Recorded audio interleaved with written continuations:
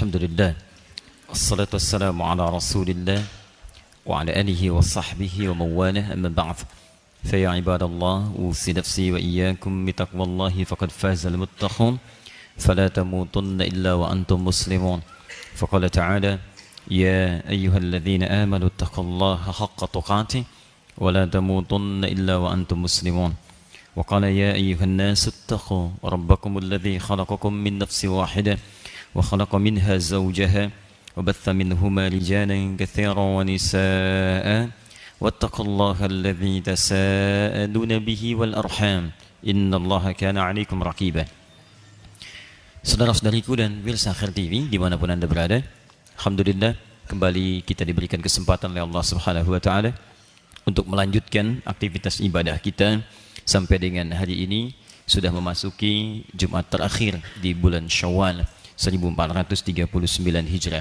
Kita selalu bermohon pada Allah Subhanahu wa Ta'ala agar setiap titian waktu yang kita lalui dan diperkenankan oleh Allah untuk menjalaninya senantiasa mendapatkan keberkahan dari Allah Subhanahu wa Ta'ala, dan yang terpenting adalah dibimbing kita untuk mengisi waktu-waktu kita agar sesuai dengan ridha Allah Subhanahu wa Ta'ala.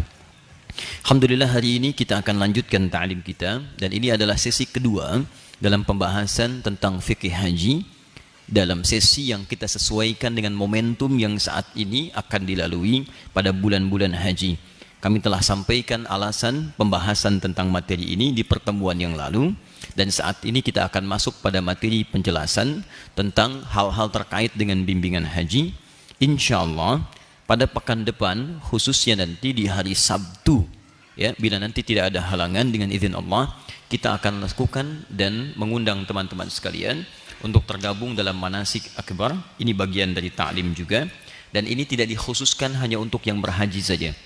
Bagi siapapun yang ingin terlibat belajar langsung, dan kita akan hadirkan miniaturnya. Alhamdulillah dengan izin Allah kami dititipkan oleh Allah miniatur untuk belajar dari manasiknya. Ada miniatur Ka'bahnya, ada beberapa tanda-tanda yang kita langsung prakteknya nanti di lapangan depan, yang sekarang jadi area untuk menunaikan sholat di bagian depan.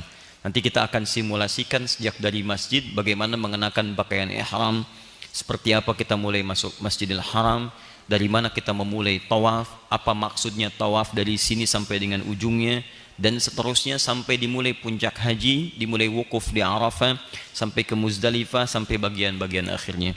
Semoga Allah memberikan kemudahan pada rencana kita ini, dan semoga Allah memberikan petunjuk kebaikan sehingga ketika yang akan berangkat menunaikan haji, semoga dengan pembelajaran ini nanti ada gambaran-gambaran kemudahan dalam menunaikan.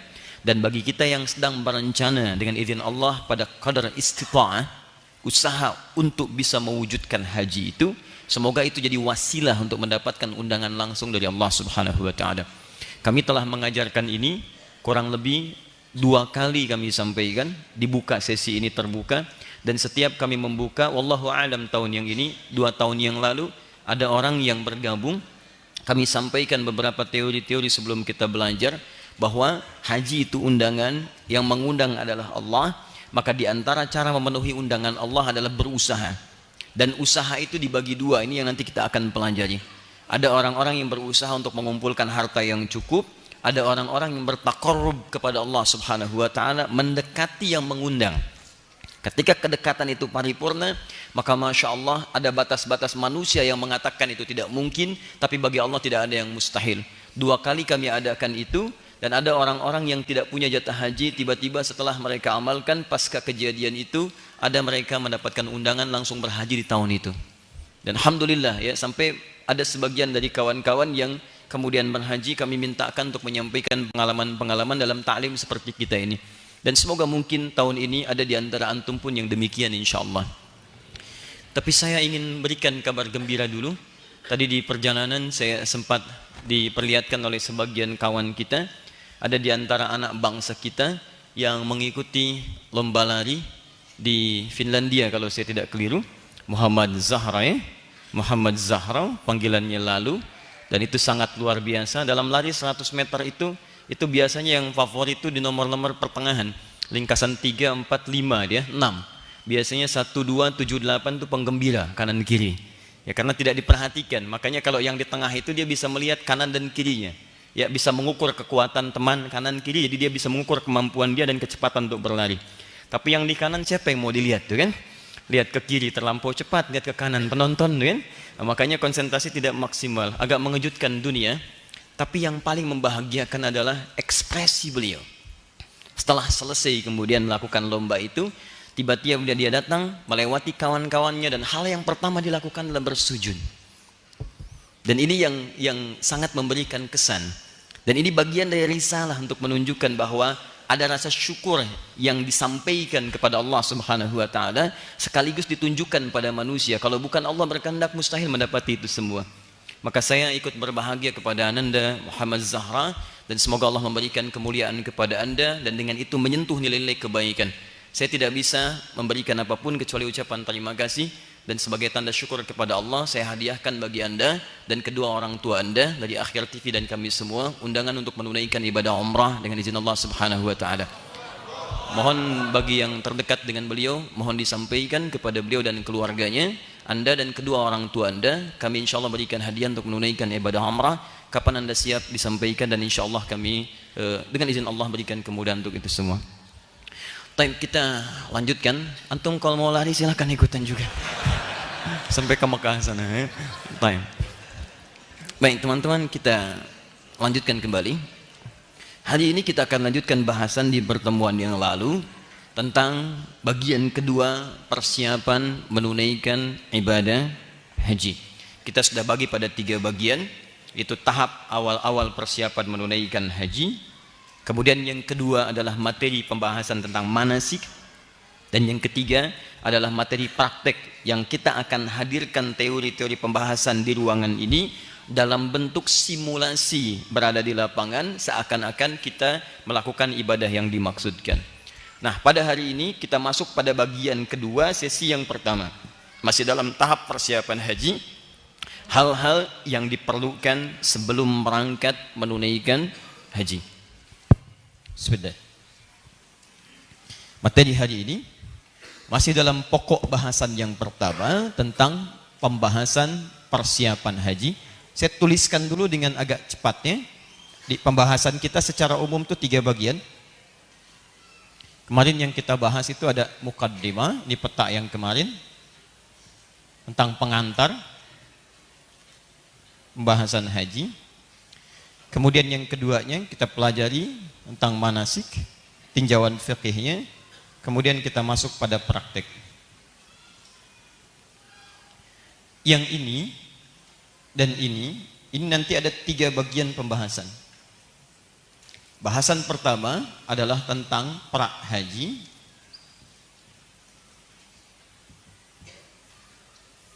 Yang kedua adalah pembahasan tentang saat haji. Dan yang terakhir pembahasan tentang pasca haji. Ini penting sekali nanti untuk menjadi indikator keberhasilan haji seseorang. Nah, di khususnya Anda yang telah menunaikan ibadah haji, jika ingin mengukur apakah haji saya mendapat penerimaan terbaik di sisi Allah Subhanahu wa taala, apa ukuran-ukurannya? Jangan-jangan selama ini telah menunaikan ibadah haji tapi belum memenuhi ukuran-ukuran yang diturunkan langsung oleh Al-Qur'an ataupun sunnah Nabi SAW. Maka kalau belum terpenuhi itu, tugas Anda membuktikan bahwa Anda layak untuk mendapatkan penerimaan di sisi Allah setelah Anda menunaikan ibadah haji. Awas ya, sayang-sayang biayanya cukup banyak, tenaga juga mengalir kuat. Kalau tidak mendapatkan penerimaan, maka belum tentu Anda memiliki kesempatan untuk berangkat kembali. Paham sampai sini? Baik. Yang ini sudah kita bahas pengantar pertemuan lalu tentang awal pembahasan apa yang dimaksud dengan haji, bagaimana cara kita untuk mewujudkan itu. Kemudian juga kita bahas apa landasan dalil Quran dan Sunnah, kita membahas tema itu di pertemuan kita. Nah, hari ini kita akan pelajari tentang materi yang sangat penting, persiapan pra haji dalam Al-Quran dan Sunnah Rasulullah Sallallahu Alaihi Wasallam. Perhatikan alurnya. Kalau di pertemuan lalu kan kita berhenti di berusaha untuk mampu kan? Istita'ah. Ayo berusaha untuk mampu berhaji. Sekarang kalau Anda ingin berusaha untuk mewujudkan itu, atau sudah ada usaha-usahanya, persiapan apa yang harus dibutuhkan untuk mewujudkan itu semua. Baik itu yang akan berangkat, ataupun misalnya yang sedang berusaha memenuhi kebutuhan-kebutuhan itu, apa yang harus kita lakukan untuk mempercepat itu semua, sehingga cepat kita mendapatkan undangan Allah Subhanahu wa Ta'ala. Jelas di sini? Baik. Dan janji saya di pertemuan lalu tentang menyampaikan ada seorang yang, mohon maaf, ya, berhaji tapi belum tentu mabrur. Tapi ada orang yang bahkan dia belum berangkat mendapatkan penerimaan mabrur di sisi Allah Subhanahu wa Ta'ala. Nanti di penghujung insya Allah, jika waktunya masih memungkinkan, setelah bahasan ini saya akan berikan satu cerita dan kisah yang sangat inspiratif, dan ini nyata untuk kita teladani dalam kehidupan. Baik, kita mulai di sini ke Quran surah kedua Al-Baqarah ayat 197. Paling kanan sebelah atas. Bismillahirrahmanirrahim. Awal ayatnya sudah kita bahas, Al-Hajju Ashhurum Ma'lumat. Sudah? Al-Hajju Ashhurum Ma'lumat.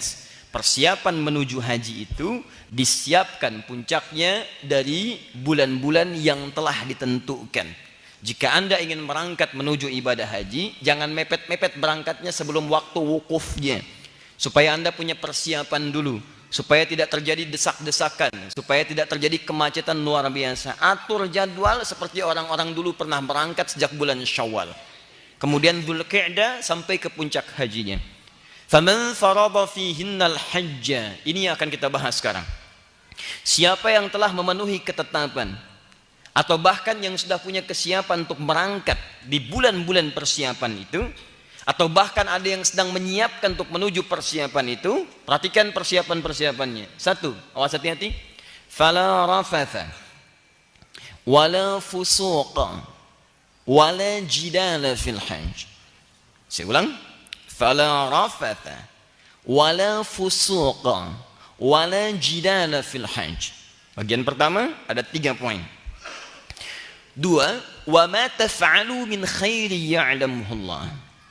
3, wa tazawwadu fa inna khairaz zadi taqwa. Itu puncaknya. Jadi 1, tolong pahami baik-baik ya, khususnya bagi kita, saya, Anda yang berkeinginan kuat untuk menunaikan ibadah ini. 1, A, fala rafatha. B, wala fusuqa. C, wala jidana fil hajj. Fil hajj, ada kalimat fil hajj sini. Kemudian 2, wa ma taf'alu min khair. Wa ma taf'alu min khair ya'lamuhu Allah. 3, kemudian wa tazawwadu fa inna khairaz zadi taqwa. Khairaz zad at-taqwa. Ini poinnya. Dan ini perintah yang ini. Ini saya berikan tanda begini, saya kasihkan tanda seru. 3 poin ini. Ingat ya, ini 3 poin yang paling utama. Baik, pertama, Al-Quran menginformasikan dulu bagi orang, ini terbagi ke dalam 2 kualifikasi. Pertama, orang yang sudah siap untuk berangkat dulu. Jadi sudah ada kesiapan, undangan sudah ada, paspor sudah diserahkan, sedang dikerjakan di visa, kemudian sudah ada pemberitahuan tahun ini akan berangkat, siap-siap. Maka kualifikasi yang pertama ini perhatikan baik-baik. Lihat kalimatnya, fala rafatha wala fusuqa wala jidala fil hajj. Kata Quran, nanti kalau Anda sudah ada momentum untuk menunaikan haji itu, sudah di sana, sudah bersiap-siap menunaikan haji, diberikan bocoran oleh Allah Subhanahu wa Ta'ala. Mudah bagi Allah kemudian menjadikan Anda berangkat di sana dan memahami situasinya, mengenalinya. Oh, seperti ini haji itu. Tapi saking sayangnya Allah kepada Anda, dijaga Anda supaya baik hajinya. Kata Allah, nanti kamu saat haji di sana, fala rafatha, jangan sampai, hati-hati, mengeluarkan kata-kata yang kotor. Fala rafatha, ingat la-nya di sini, hati-hati betul, la-nya di sini dia naqsi wa nafyi sekaligus. Saya bahas ini dulu, la ini dulu, baru kemudian ke kalimat ini satu-satu. La itu dibagi 3. Satu nahi di ilmu nahu. Nahi, orang India menyebutnya dengan nehi. Larangan. Artikan jangan. Jangan. Cirinya, la nahyi itu cirinya setelah huruf la ada kalimat, ujung kalimatnya sukun, mati. Misal, la tadhak, jangan tertawa, mati ujungnya. La ta'kul, jangan makan. La tashrab, mati ujungnya sukun, jangan minum. Setiap Anda menemukan misalnya kalimat la, contoh Quran surah ke-49 ayat ke-11. Ya ayyuhalladzina amanu la yaskhar qaumin qaum. Jangan saling mencela. Yaskhar, ujungnya mati begini. Sukun. Setiap menemukan la, ujungnya kemudian mati, maka artikan la-nya dengan jangan. Paham? Larangan. Setiap baca Quran, Anda baca Quran, menemukan la, setelah la ada kalimat, kemudian ujungnya mati, artikan la-nya dengan apa? Jangan. Apa artinya la? Jangan. Kalau la? Jangan. Ibu la, ibu jangan. Baik. Dua. Yang kedua adalah nafyi namanya. Nafyi. Nafyi, nun, fa, ya. Nafyi. Yang menafikan, meniadakan sesuatu. Cirinya, setelah kalimat itu, maksudnya setelah huruf la, ada kalimat, harakat akhirnya dhammah. Artikan tidak atau tidaklah. Tidak atau tidaklah. Sopannya tidaklah. Ini tegas, jangan. Kalau Anda kerjakan berarti Anda berdosa di sini. Ingat, nahyi larangan, dikerjakan mendapatkan dosa, ditinggalkan berpahala. Paham? Baik. Yang ini tidaklah, menafikan sesuatu. Tidak ada kaitan dengan dosa dan pahala, cuma dinafikan, tidak dibebaskan dari sesuatu. Contoh kalimatnya, setelah la ada kalimat huruf akhirnya berharakat dhammah. La yukallifullahu nafsan illa wus'aha. Yukallifu, lihat ujungnya. Maka artikan tidak, tidaklah. La yukallifullahu nafsan illa wus'aha. Allah tidak akan pernah memberikan beban ujian kepada hamba di luar batas kemampuannya. Tidak. Di cara mengartikannya, subjeknya dulu dari sini, kemudian artikan tidak baru ke sini. Paham? Misal, Ahmad minum itu syariba yashrabu. Yashrabu. Begini. Ahmad, artikan la di sini. La yashrabu Ahmad, dari sini mengartikannya. Ahmad tidak minum. Paham? Baik ya. La yukallifullah, Allah tidak akan memberikan beban ujian. Paham? Nanti kalau Anda baca Quran, Anda bisa menerjemahkan sendiri dengan izin Allah Subhanahu wa taala. Sulit mudah? Mudah ya. Nah, yang ketiga adalah itu disebut dengan la naqsi. Naqsi. Naqsun.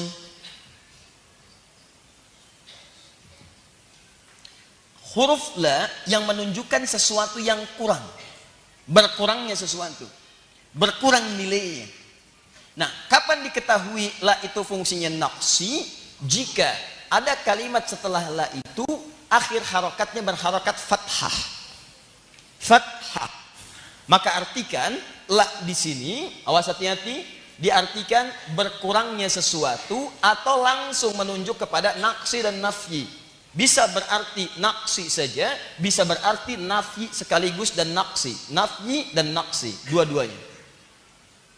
Jika setelah huruf la ada kalimatnya di ujungnya kemudian harakatnya fathah a, maka artikan sekaligus tidak dan sekaligus punya nilai berkurang.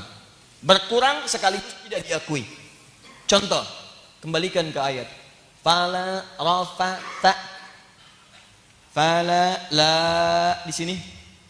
Rafa'ta. Awas. Tidak berkata-kata kotor. Awas, hati-hati ya. Kata Quran, kenapa menggunakan la di sini harakat akhirnya kemudian fathah? Seakan Allah ingin menunjukkan pesan bahwa seseorang yang menunaikan ibadah haji ketika dia berkata-kata kotor, maka akan berkurang keutamaan hajinya. Naqsi, berkurang. Kalau terus dikerjakan, nafyi, tidak diakui hajinya oleh Allah Subhanahu wa taala. Paham saya sini?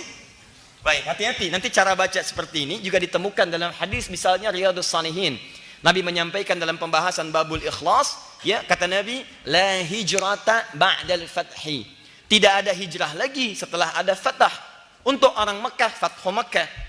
Jadi kalau Mekah sudah dibebaskan, berhala sudah dikeluarkan, di sana kehidupan sudah nyaman, enak dan sebagainya, maka orang Mekah jangan hijrah lagi. Kenapa? Karena keutamaan di Mekah itu sudah besar. Ketika Anda keluar dari sana, belum tentu mendapatkan keutamaan yang sama, akan berkurang keutamaannya. Baik, kalau sholat di Masjidil Haram berapa pahalanya? 100.000. Jadi kalau mereka sholat maghrib tadi, kita sholat maghrib, itu nilainya sama dengan 100.000 kali sholat maghrib di sana. Kemudian sudah ada enak di sana, pahala sekali sholat 100.000, tempatnya nyaman. Tiba-tiba pindah misalnya ke Bogor, Anda kehilangan di situ pahalanya. Dari 100.000 jadi 1. Maka kalau sudah ada keutamaan jangan berpindah. Sebagian ulama memahami hadis ini, fatahnya dibuka secara umum. Fatah itu sesuatu kebaikan yang sudah terbuka. Artinya di tempat manapun, bukan cuma di Mekah. Kalau Anda sudah mendapatkan kebaikan-kebaikan yang dibuka oleh Allah, misal di tempat kerja, kerjanya nyaman, sholatnya enak, kadang-kadang bisa ikut ta'lim, bisa tilawah. Kalau sudah mendapatkan seperti itu, jangan pindah. Sebab ketika Anda pindah, sulit lagi menemukan yang seperti itu. Coba pilih mana? Gaji 1 juta tapi tenang, atau 10 juta tapi gelisah? Sudah nggak ada pilihan ketiga, nggak usah maksa. Itu aja 2. Jangan khawatir, rezeki kita itu sudah diatur. Cuman saya selalu katakan, surga kita yang belum jelas. Antum tidak akan diwafatkan kalau rezeki antum belum didapatkan sempurna. Allah itu adil, tidak akan mengurangi. Fa ammal insanu idza mabtalahu rabbuhu fa akramahu wa na'amahu fa yaqulu rabbi akraman. Wa amma idza mabtalahu fa qadara alaihi rizqahu. Allah itu adil, kata Allah, kalau saya lebihkan mereka senang. Tapi kalau saya cukupkan, lebih itu kan lawannya kurang. Tapi di Quran tidak pernah disandingkan dengan kurang, lebih lawannya cukup. Cukup. Ini nggak ada yang dikurangi oleh Allah Subhanahu wa taala kecuali orang yang selalu merasa kurang. Di Allah nggak pernah mengurangi rezeki kita.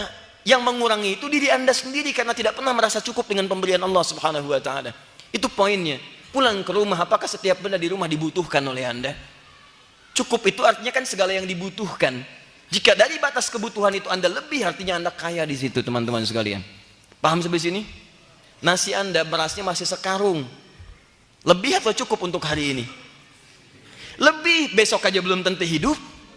Berarti Anda kaya. Jadi apa yang sering kita keluhkan itu khayalan yang belum kita lalui. Kita kembalikan ke sini. Fala rafatha. La-nya di sini menunjuk pada makna nafyi, menunjuk pada makna naqsi. Tapi ada sebagian ulama yang memasukkan juga nahi di situ saking kencangnya, sehingga diartikan di mushaf dengan jangan. Jangan berkata kotor. Padahal jangan di sini lebih mengandung makna naqsi dan nafyi dibandingkan dengan nahi. Karena harokat ujungnya fathah. Dia bukan mati, la-nya menunjuk kepada la, pengurangan langsung pahala atau menafikan semua amalannya. Seakan-akan Allah ingin katakan, orang-orang yang sering kata-katanya kotor saat haji, yang sering mencela, sering memaki, maka maaf, peluang pertama akan berkurang setiap pahala hajinya, atau saya tidak mengakui sedikit pun dari hajinya.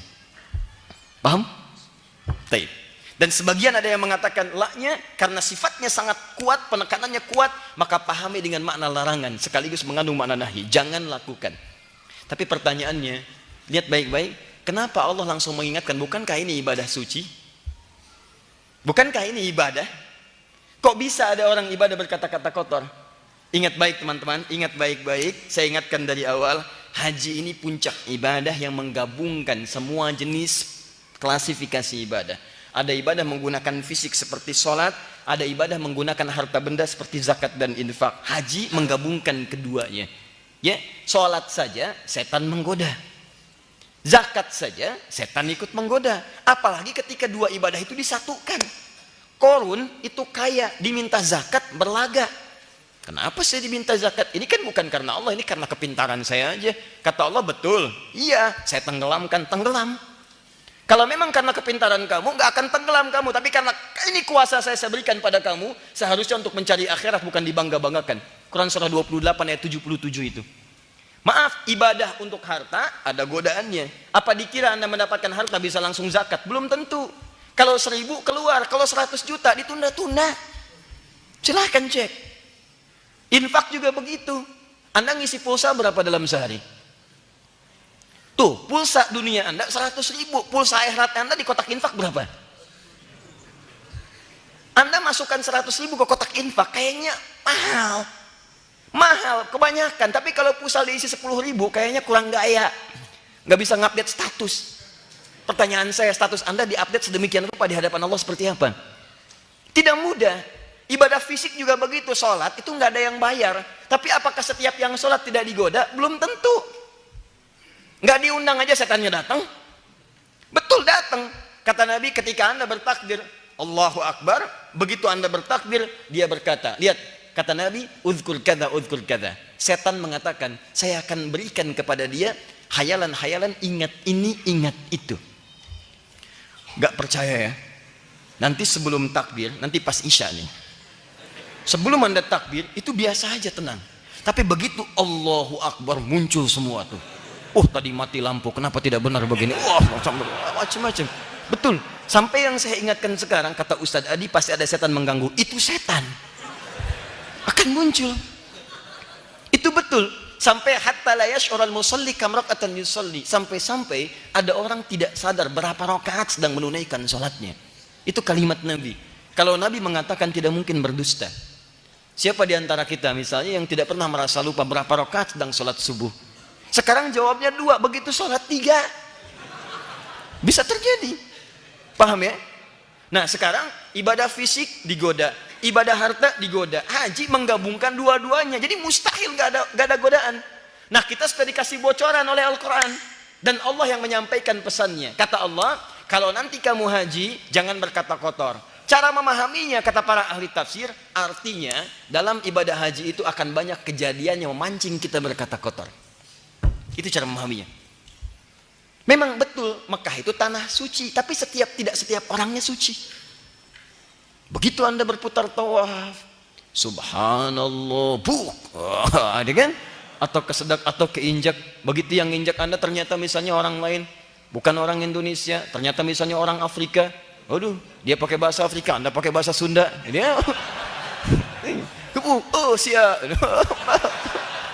dan sebagainya keluar. Ah, itu kejadian. Ada yang kegeser, ada yang kesungkurkan, ada yang kesingkirkan. Itu tidak mudah. Ada yang kesedak, hati-hati. Dan saya ingatkan baik-baik, ketika Quran sampaikan itu akan terjadi. Akan terjadi. Dan biasanya itu langsung total, seketika Allah luruskan. Ini yang paling indah. Mekah, Madinah disebut Al-Haramain Syarifain. 2 kota suci, Al-Haramain yang diharamkan berbuat yang kotor di dalamnya. Begitu Anda mengerjakan yang haram, seketika Allah luruskan untuk hilang yang kotor-kotor itu. Asy-Syarifain, kota yang penuh dengan kemuliaan. Begitu mengerjakan kebaikan-kebaikan di sana, seketika dibalas. Atau orang yang terbiasa berbuat baik saat di tempat dia tinggal, datang ke sana dimuliakan oleh Allah kebaikannya di sana. Itu sudah janji, makanya disebut Al-Haramain Asy-Syarifain. Anda punya kebiasaan buruk, dibalas di sana. Bukan dibalas dalam konteks dijadikan jelek, bukan. Allah keluarkan semua kotoran Anda supaya pulang itu jadi bersih. Di kebiasaan dihilangkan. Tapi mohon maaf, kalau Anda misalnya punya kebiasaan yang baik-baik, di sana Anda akan dimuliakan. Demi Allah saya katakan, sudah banyak kejadian tiba-tiba kok bisa orang ini saja yang mendapatkan kemudahan, ke Raudhah mudah, cium Hajar Aswad mudah, tiba-tiba ada orang ngasih kurma ke orang ini aja. Itu amalannya apa gitu? Saat dia berangkat ke sana, dia punya kebiasaan apa? Mustahil, karena tempat yang mulia hanya akan memuliakan orang-orang yang mulia. Saya pernah tugas di sana dan banyak kejadian teman-teman sekalian. Banyak kejadian dan itu sangat menarik sekali. Hal yang paling penting pernah kami alami itu, ini mohon maaf ya, ini tiba-tiba ini saya yang jemput sendiri langsung. Kita itu kan saat tamattu, haji tamattu itu umrah dulu baru kemudian haji. Makanya disebut tamattu dari mut'ah. Mut'ah itu enak karena dia bisa cepat ganti pakaian. Bayar dam, ganti pakaian, tinggal nunggu, baru nanti saat akan wukuf pakai kain ihram lagi. Kalau konsisten ingin haji aja tanpa dikerjakan dengan umrah, dia pakai kain ihram dari mulai datang sampai dengan haji. Setelah haji baru dia copot. Itu tidak mudah. Makanya disebut tamattu, mut'ah enak karena umrah dulu bisa copot pakaian, setelah itu dia bayar dam, baru kemudian setelah itu dia menunggu untuk waktu wukufnya. Teman-teman, datang satu rombongan, tiba-tiba ada berita hilang satu orang. Nggak tahu apa yang terjadi. Orang baru datang umrah, tawaf itu kan di Masjidil Haram. Kok bisa tiba-tiba orang ini kami jemput di Jamarat? Di Jamarat itu tempat melempar jumrah. Dari mana bisa ada di sana? Dan saya pribadi jemput ke sana. Jadi saya bisa cerita karena kami mengalami itu. Jemput pakai ambulan.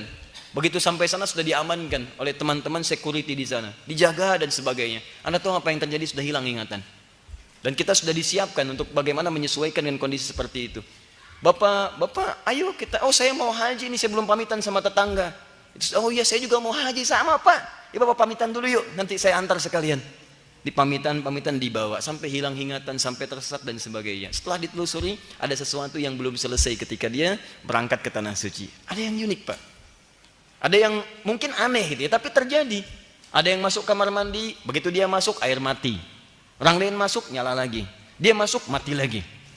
Tolong nyalain aja, jangan dimatikan, nyala. Begitu dia masuk pakai sampo, begitu pakai sampo mati lagi. Memang biasa, tapi unik. Begitu kejadian, sudah nih, udah datang konsultasi kepada pembimbing, karena di depan tuh ada 2 orang nanti yang membimbing atau yang lainnya datang. Sederhana kalau sudah paham masalahnya itu. Pak, ini saya setiap kesini air mati, tinggal dibalikan. Bapak punya masalah apa dengan air? Ingat-ingat. Diam, nangis. Kenapa Pak? Saya sebelum kesini suka mindahkan air tetangga.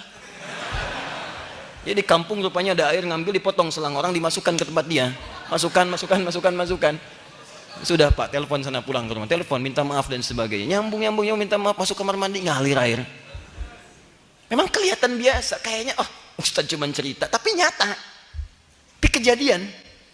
Dan itu luar biasa gitu ya. Ada orang-orang memuliakan orang lain. Kami antri teman-teman sekalian. Ini nyata, saya alami sendiri dengan teman-teman. Orang berdesakan, ingin cium Hajar Aswad, ingin macam-macam. Ada yang sewa, ada yang pakai joki dan sebagainya. Tiba-tiba ketika seperti itu, orang bikin aturan, kata askarnya nggak usah berdesakan, ngantri aja. Sebagian orang masih begitu, ada sekelompok orang, sudah kita ngantri, ikuti, bismillah. Dan hebatnya saat mengantri dia berdoa kepada Allah, ya Allah, tolong mudahkan orang-orang itu untuk mendapatkan bagian mencium Hajar Aswadnya. Tiba-tiba disingkirkan semuanya itu, diminta untuk mengantri. Ketika disingkirkan itu, dia dapat antrian paling depan, masuk. Ketika Anda bisa memuliakan orang lain, maka Allah mengangkat derajat Anda di 2 tempat suci itu. Makanya saya sering katakan pada teman-teman yang berangkat, jika Anda kesulitan untuk sampai di tempat yang tertentu yang mustajab, seperti misalnya di Madinah ada Raudhah, ya, kemudian misalnya di Mekah, di antara Hajar Aswad dengan pintu Ka'bah ada multazam di situ, orang rebut-rebutan dan sebagainya. Kalau Anda belum sempat berada di dekat situ, dari kejauhan Anda bermohon kepada Allah, minta untuk orang-orang itu dulu. Ya Allah, mereka telah berusaha dengan sekuat tenaganya, mereka mengeluarkan harta dengan segenap kemampuannya. Mohon ya Allah, jangan sia-siakan doa mereka, balas air mata mereka, kabulkan ya Allah, berikan mereka kemuliaan. Setelah Anda selesai, ya Allah, seperti Engkau mengabulkan doa mereka, mohon berikan pula pengabulan kepada hamba ya Rabb. Ingin hamba berada di dekat itu semua, tapi saudara-saudara hamba lebih berhak untuk berada di sana. Hamba mohon seperti mereka Engkau kabulkan, mohon kabulkan doa-doa hamba. Dan itu cepat teman-teman sekalian, bisa lebih cepat dikabulkan dibanding orang-orang yang berusaha semaksimal mungkin dengan menyakiti orang lain bahkan. Paham sampai sini? Jelas ya? Dan jangan mengarang-arang cerita, karena pernah juga ada kejadian sebagian orang yang merasa punya uang lantas mengarang cerita. Salah lagi. Ya, alhamdulillah ya, saya tadi berusaha mencium Hajar Aswad, begitu saya masuk ke situ, ternyata kosong. Mana buktinya tuh, begitu aku mau cium Hajar Aswadnya balik nyium aku, jendor. Maksudnya kedorong orang, gitu kan? Cuman dia cari alasan. Ada lagi yang lebih aneh lagi. Bangga tapi nggak tahu kalimat. Alhamdulillah ya, hari ini aku bisa berhasil mencium Azor Anas. Itu nyata, saya tidak mengarang ya. Itu cerita dari Hakim waktu itu. Nah, sini. Paham? Jadi ingat, nanti yang mau berangkat, ada momen-momen tertentu biasanya yang memancing kita untuk keluar kata-kata yang tidak pantas. Biasanya saat tawaf, ya, saat wukuf, di sampingnya ada dari daerah-daerah yang kelihatan seperti terbelakang. Mungkin aromanya agak berbeda dan jangan dinilai. Jangan dinilai, karena itu bagian dari kemuliaan yang Allah lekatkan pada setiap hamba. Keutamaan diukur pada ibadah, bukan pada tampilan fisikal dan yang lainnya. Paham? 2. Fusuk. Awas ya, karena ada kalimat fil haji, dalam suasana haji, maka saya lebih menekankan bagian pertama ini pada yang sudah siap akan berangkat nanti. Yang masih merencanakan, ingin dipercepat, nanti ada turunan yang ini. Ya. Fusuk. Fasaqa yafsuqu fusuqan. adalah segala yang menyimpang dari ketentuan Allah Subhanahu wa taala. Segala yang menyimpang dari ketentuan Allah. Subjeknya, pelakunya disebut fasik namanya. Fasik. Saya ulang ya. Fasik. Pekerjaannya disebut dengan fasak. Sifatnya disebut dengan fusuk. Segala yang menyimpang dari ketentuan Allah. Makhluk pertama yang membuat fasak dengan sifat fusuk sehingga disebut dengan fasik itu iblis. Makhluk pertama yang berbuat fasak. Di mana dalilnya? Quran surah ke-18 Al-Kahf ayat ke-50. Paling kanan pertengahan. Wa idz qala rabbuka wa idz qulna lil malaikati isjudu li adama fasajadu illa iblis kana minal jinni fafasaqa an amri rabbi. Ketika kami perintahkan kepada para malaikat dan jin untuk sujud penghormatan kepada Adam atas perintahku, kata Allah. Bukan karena Adam layak diberikan sujud, tapi saya yang memerintahkan. Dari mana tahu dalilnya? Nanti di Al-A'raf ayat 11 sampai 13. Diperintahkan sujud, kata Allah, semua sujud illa iblis. Kecuali iblis. Siapa iblis itu? Kana minal jin. Dia awalnya termasuk jin yang taat, fafasaqa. Cuman dia berbuat fasak, menyimpang dari ketentuan Allah. Menyimpang. Kenapa dia menyimpang? Apa yang terjadi padanya? Dan apa kaitannya dengan manusia? Nanti kita akan lihat setelah menunaikan sholat isya berjamaah. Dan hebatnya itu dilarang saat menunaikan ibadah haji. Sementara kita jeda untuk menunaikan sholat isya. Dan semoga Allah menjauhkan kita dari godaan-godaan syaitan yang terkutuk. Ingat nanti saat takbir ya. Baik, assalamualaikum warahmatullahi wabarakatuh. Bismillah. Assalamualaikum warahmatullahi wabarakatuh. Alhamdulillah, wassalatu wassalamu ala rasulillah wa ala alihi wa sahbihi wa mawalahu wa ba'd. Saudara-saudariku dan pemirsa Akhir TV dimanapun anda berada, alhamdulillah kita telah menunaikan salat isya berjamaah waktu Indonesia bagian Bekasi, dan kita bermohon pada Allah semoga salat yang telah kita tunaikan diterima oleh Allah Subhanahu wa taala dengan penerimaan terbaik. Dan pemirsa dimanapun anda berada, terkhusus bagi saudara-saudariku yang belum menunaikan salat isya, maka kami mengajak agar mempersiapkan diri dengan persiapan terbaik. Siapkan pakaian terbaik anda. Quran surah ke-7 ayat 31. Hadirkan kekhusyuan seakan-akan salat anda menjadi salat terakhir yang anda kerjakan. Itu pesan di Quran surah kedua Al-Baqarah ayat 45 sampai dengan 46. Setelah itu rasakan dengan kalimat-kalimat terbaik menghadap kepada Allah, dan semoga salat anda pun diterima oleh Allah Subhanahu wa taala.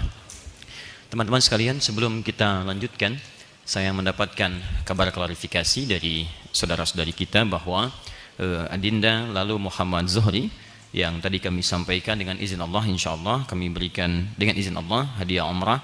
Ternyata kedua orang tuanya telah meninggal dunia, dan beliau anak yatim yang sangat berprestasi, satu dari 4 bersaudara, dan juga punya cita-cita untuk memperbaiki rumahnya, berasal dari Lombok. Karena itu untuk kedua orang tua yang tadi telah kami sampaikan, dan mohon diinfokan karena saya ingin serahkan langsung pada yang bersangkutan, untuk lalu Muhammad Zuhri tetap kami berikan hadiah umrah, dan untuk sebagai doa yang terbaik untuk kedua orang tuanya dan cita-citanya, kami insyaallah akan memberikan juga kontribusi untuk memperbaiki atau membangun rumahnya sebesar 100 juta rupiah. Dan mohon nanti kalau sudah sampai di Indonesia kabari, dan saya akan serahkan langsung dari tangan kami insyaallah.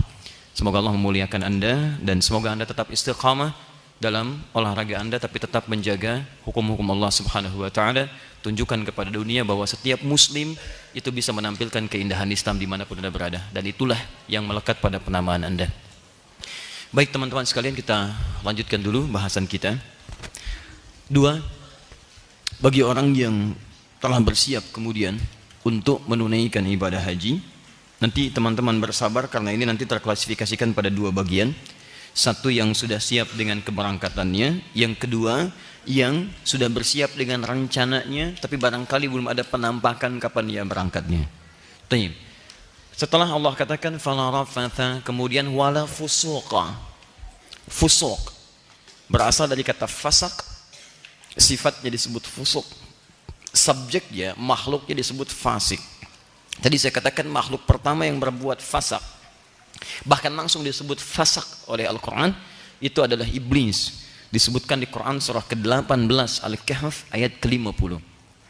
Wa idh qulna lil malaikati isjudu li adama fasajadu illa iblis kana minal jinni fasaqa an amri rabbi.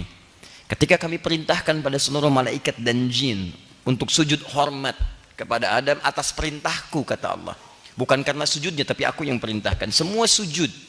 Malaikat jin sujud, kecuali iblis. Siapa iblis ini? Kana minal jinni. Ada satu dari kalangan jin yang tadinya dia taat kepada Allah, fafasaq, dia menyimpang dari ketentuan Allah. Dalam momentum itu dia nggak mau sujud, menyimpang. Kata Allah sujud, dia nggak mau. Diklarifikasi kemudian, mudah bagi Allah mengatakan kamu sombong ya. Tapi kemudian ditanya langsung supaya keluar dari lisannya, supaya dia tidak punya alasan di kemudian hari mengatakan Allah saya nggak sombong kok. Maka diungkapkan di lisannya langsung. Bagi Allah nggak usah nanya, kenapa kamu nggak mau sujud? Cukup Allah katakan kamu sombong nggak sujud ya. Aba wastakbar. Makanya keluar kalimat di Al-Baqarah ayat 34 dengan awal kalimat yang sama. Di sini wa idz qulna lil malaika, di sana wa idz qulna lil malaika. Wa idz qulna lil malaikati isjudu li Adam fasajadu illa iblis di Al-Baqarah 34. Aba wastakbar. Dia enggan sujud karena sombong. Istakbara, sombong. Untuk membuktikan itu kemudian mudah bagi Allah katakan kamu sombong. Tapi nanti dia punya peluang mengelak, saya nggak sombong ke Allah. Maka dari itu kemudian diberikan kesempatan dia untuk berkata, diklarifikasi. Perhatikan Quran surah ke-7 Al-A'raf ayat 11 sampai dengan ayat 13-nya. Fokus di ayat 12-nya. Perhatikan ayatnya. Qala ma mana'aka alla tasjuda idh amartuk. Kenapa kamu nggak mau sujud ketika saya perintahkan kamu untuk sujud? Di sujud itu bukan karena sujudnya, kamu nggak sujud nggak ada pengaruhnya buat saya, tapi itu perintah saya. Mau saya perintahkan mau tidak, kalau itu perintah kamu harus taat. Sama dengan kita, ya, semuka langit dan bumi tidak sujud, nggak sholat, nggak ada pengaruhnya bagi Allah, tidak akan menurunkan status Allah sebagai Tuhan, tetap Rabbul Alamin. Cuma karena itu perintah, karena Allah perintahkan kita taat, paham ya? Dikala Allah sudah perintahkan kerjakan, Allah larang tinggalkan, selesai. Bukan karena perkara ibadahnya kerjakan dan tinggalkan, cuma karena itu perintah. Itu perintah saya, kata Allah. Qala ana khairum minhu. Saya lebih hebat daripada dia. Khalaqtani min narin wa khalaqtahu min tin. Kau ciptakan saya dari api, dia dari tanah. Tidak layak level yang lebih tinggi, sujud kepada yang lebih rendah. Aba wastakbar, sombong kamu. Maka ketika dia menyimpang dari ketentuan Allah, perhatikan, bukan sujudnya yang disebutkan, tapi penyimpangannya. Penyimpang dari ketentuan. Ketika Anda diperintahkan oleh Allah menyimpang dari itu semua, muncul kalimat fafasaka. Berbelok dari ketentuan, fasak. Sifatnya fusuk, makhluknya fasik. Jelas? Baik, di teman-teman sekalian, ini kalimat fasak pertama muncul dalam Al-Quran. Kemudian sifat-sifat semua iblis itu diwariskan kepada anak cucu Adam yang buruk-buruk supaya dia dapat teman kemudian di kemudian hari. Semua sifatnya, sifat kepalang tanggungnya, sifat penyimpangannya, karena dia berusaha menggait teman ketika kembali ke neraka. Makanya diantara sifatnya, awas, sifat kepalang tanggung, tanggung divonis, sudah sekalian ngajukan kepada Allah supaya nanti mendapatkan penangguhan. Ya Allah, sekalian aja lah, karena saya divonis jauh darimu, divonis keluar dari sini, berikan tangguh saya untuk membuktikan saya lebih hebat dibanding Adam. Beri saya kesempatan untuk menggoda anak cucu Adam. Bukan karena menggodanya, karena sifat sombongnya. Ingat, sombong menutup hidayah dan peluang-peluang kebaikan. Jadi kalau orang merasa sombong, maka peluang-peluang kebaikan gak asal masuk pada dirinya. Susah. Sekalian ya Allah kepalang tanggung, tanggung divonis, tanggung menggoda anak cucu Adam. Makanya ada di antara anak manusia, anak cucu Adam, itu diwariskan sifat itu. Sudah tanggung dicap jelek sama lingkungan, buruk sekalian. Tanggung dicap jelek sama orang tua, berbuat kriminal sekalian. Tanggung dicap buruk oleh masyarakat karena pernah berbuat keburukan, tanggung jahat sekalian. Itu iblis. Ketika Anda merasa tanggung berbuat keburukan, maka setan sedang menguasai diri Anda pada saat itu. Ingat baik-baik itu ya. Ingat baik-baik, ketika Anda merasakan tanggung berbuat keburukan karena hal buruk tertentu, ingat kasih sayang Allah mencontohkan pada Nabi Adam untuk memberikan jalan kembali bertobat. Adam itu Nabi alaihissalam, dijaga dari perbuatan yang kotor. Tapi kenapa diperkenankan memakan buah khuldi? Allah ingin menurunkan syariat tobat bagi anak cucunya yang bukan Nabi. Supaya dia punya cara bagaimana kembali kepada Allah ketika salah. Itulah perbedaan kita dengan iblis. Iblis diberikan tobat, tidak mau tobat. Adam diberikan jalan tobat, dia kembali tobat. Fatalaqqa Adamu min rabbih kalimatin fataba alaihi. Quran surah 2 ayat 37. Makanya Anda harus bedakan diri Anda dengan iblis. Anda bukan iblis. Dan kita bukan malaikat. Kalau malaikat gak butuh tobat, memang sudah sempurna. Iblis salah, gak mau tobat. Kita di tengah-tengah, salah tapi mau tobat. Makanya ketika seorang manusia berbuat salah dan tobat, itu manusia. Tapi kalau manusia salah tidak mau tobat, dia sedang dikuasai oleh iblis. Paham? Kalau ada yang tidak pernah salah, itu malaikat. Jadi kalau suami ibu salah, jangan diekspos kesalahannya. Karena memang dia bukan malaikat. Kalau ibu cari kesalahannya, pasti akan ketemu, Bu. Nggak ada kerjaan nyari kesalahan suami. Bapak juga sama. Buang-buang energi nyari kesalahan istri. Buang-buang energi karena dia manusia. Sepanjang dia manusia, anak bapak ibunya pasti berbuat salah. Capek kalau cuma nyari kesalahan pasangan. Ketika berbuat salah dan Anda paham pasangan Anda manusia, Anda akan mengerti. Ah, salah, dia masih manusia, bukan malaikat. Papa salah, iya mah, papa kan bukan malaikat. Mama juga bukan setan kan? Sudah, selesai. Oh, udah, paham ya? Nah, itu gara-gara fasak sampai ke situ tuh. Itu diwariskan. Jadi maaf ya, kepalang tanggung diwariskan, fasak diwariskan. Makanya sifat melanggar aturan itu sering dilekatkan oleh iblis kepada manusia. Termasuk melanggar aturan dalam ketentuan ibadah. Aturannya begitu dipanggil sholat, sholat. Waktunya jelas. Subuh, zuhur, asar, maghrib, isya. Ada orang sudah lewat subuh belum sholat juga. Ada nggak? Ada. Adzan berkumandang, dia masih belum terpanggil. Sudah qomat, belum ingat. Masuk waktu zuhur, Allahu Akbar, masih lewat. Dan yang paling menarik, Allah anugerahkan semua perangkat untuk mendengar nilai kebaikan itu. Telinga itu bisa mendengar hidayah. Allahu Akbar, dengar. Ini kurang apa lagi? Ini masjid nih, di rumah dia nih. Ya, speaker masjid ke sini. Masih belum bangun. Dan hebatnya, begitu keluar rumah, lihat orang-orang ke masjid. Pertanyaan saya, kalau Anda pulang dari kantor, terus di jalan Anda melewati masjid. Pertanyaan saya, kenapa Anda bisa lewat situ? Padahal mudah bagi Anda mencari jalan yang lain.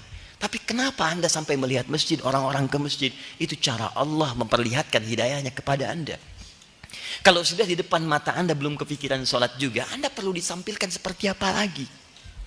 Coba cek. Kedengaran sudah, kelihatan sudah, dipikirkan sudah. Kalau semua belum ada perangkat untuk merespon, cek mungkin di tubuh Anda banyak maksiat atau banyak yang haram ya. Sehingga semua itu mengunci pintu semua nilai kebaikan sehingga tidak merespon nilai-nilai hidayah. Khatamallahu ala qulubihim wa ala sam'ihim wa ala absarihim ghishawa. Itu di Quran surah kedua ayat ke-7 itu. Nah, termasuk dalam hal haji pun itu diduga bahkan dikuatkan oleh ayat Al-Quran, besar kemungkinan ada juga perbuatan-perbuatan menyimpang saat haji. Contoh, salat kiblatnya mana? Ka'bah. Alhamdulillah, kita semua ingat kiblatnya Ka'bah. Tapi ada orang di depan Ka'bah, sudah tahu Ka'bahnya di situ, masih salah kiblat. Ada. Contoh. Bismillah. Saya hapus dulu ya.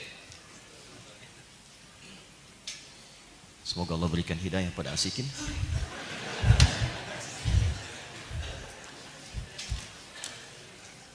Lihat sini. Fokus. Ini Ka'bah. Bismillahirrahmanirrahim. Baik. Ini sisi Hajar Aswad misalnya. Tarik garis ke sini lurus. Ini Bukit Safa. 4 sa'i dimulai sini sampai ke Marwah. Keluar dari sini di pintu Babus Salam. Makanya nanti kalau sunnahnya kita ingin menunaikan tawaf, kalau ini semua sudah rapi, bagus, nah ini lewat sini sunnahnya. Kalau ini dari Grand Zamzam, saya sering ungkapkan kalimat ini, geser ke kanan terus ke sini. Nah turun, ada eskalator. Atau ada yang pakai tangga, sini ada eskalatornya, ada 3 malah. Sini satu, ini pecah, satu lagi. Ini ada yang duduk pakai baju putih, sini kursinya merah. Turun sini, Babus Salam. Ini masuk, kalau Anda lurus sini, ini langsung ke Hajar Aswad, jadi nggak perlu belok-belok lagi, kanan kiri. Langsung ke tujuan. Tapi yang ingin saya sampaikan ketika lurus dari sini, tarik gelis lurus ke sini. Sini ada bukit, ini ada terminal arah Mahbas Jin. Kalau orang haji ini sapkonya bisa masuk lewat sini, ke sini ada tunnel. Ya Mahbas Jin arah ke sana Aziziyah. Nah di sini ada bukit, di sini ada bangunan warna krem. Ditulis Al-Maktabah Al-Qadimah, museum, perpustakaan lama. Disinilah diduga oleh para sejarawan kuat Nabi dilahirkan di tempat ini, di lokasi ini. Di sini tempat ngambil air Zam-Zam. Masih ada sampai sekarang. Jadi kalau Anda mau ngambil Zam-Zam sama yang kompan-kompan jirigan-jirigan itu, supaya agak banyak stoknya di hotel, jangan ngambil dari keran-keran yang di samping-samping itu terlampau lama. Anda datang ke sini, masukkan sini dan yang jualan di sini, yang 5 rial, yang 10 rial, bawa dari sini. Ya, kalau Zam-Zam ke sini tinggal keluar lagi dari sini lewat sampai ke ujung. Ada 35 kipas angin di sini. Sampai ke ujung masuk ke sini. Nah, di sini iya betul. Di sini tembok sebelah sini itu di situ ada tulisan. Bahkan ada tanda yang dicoret. Ada orang ruku dicoret gini. Ada orang nempelkan kain ihram ke sini, dicoret di sini. Ada orang sujud dicoret. Dan ada tulisan. Tulisannya dilarang Anda ibadah menghadap ke sini. Atau dilarang meminta-minta ke arah tempat ini. Dicoret, dilarang sujud di sini. Larang sholat menghadap ke sini. Ditulisnya pakai bahasa Arab. Pakai bahasa India. Pakai bahasa Indonesia. Artinya ada orang Indonesia yang pernah salah. Makanya ditulis pakai bahasa Indonesia. Buktinya nggak ada bahasa Jepang di situ, kan? Bahasa Inggris ada, bahasa Arab ada, bahasa India ada, gitu kan? Kemudian bahasa Indonesia satu lagi, bahasa Bangladesh satu, Urdu ya, satu kesatuan. Satu lagi bahasa Indonesia. Jadi teman-teman sekalian bayangkan, Ka'bahnya sudah ada di situ, tapi bisa salah kiblat.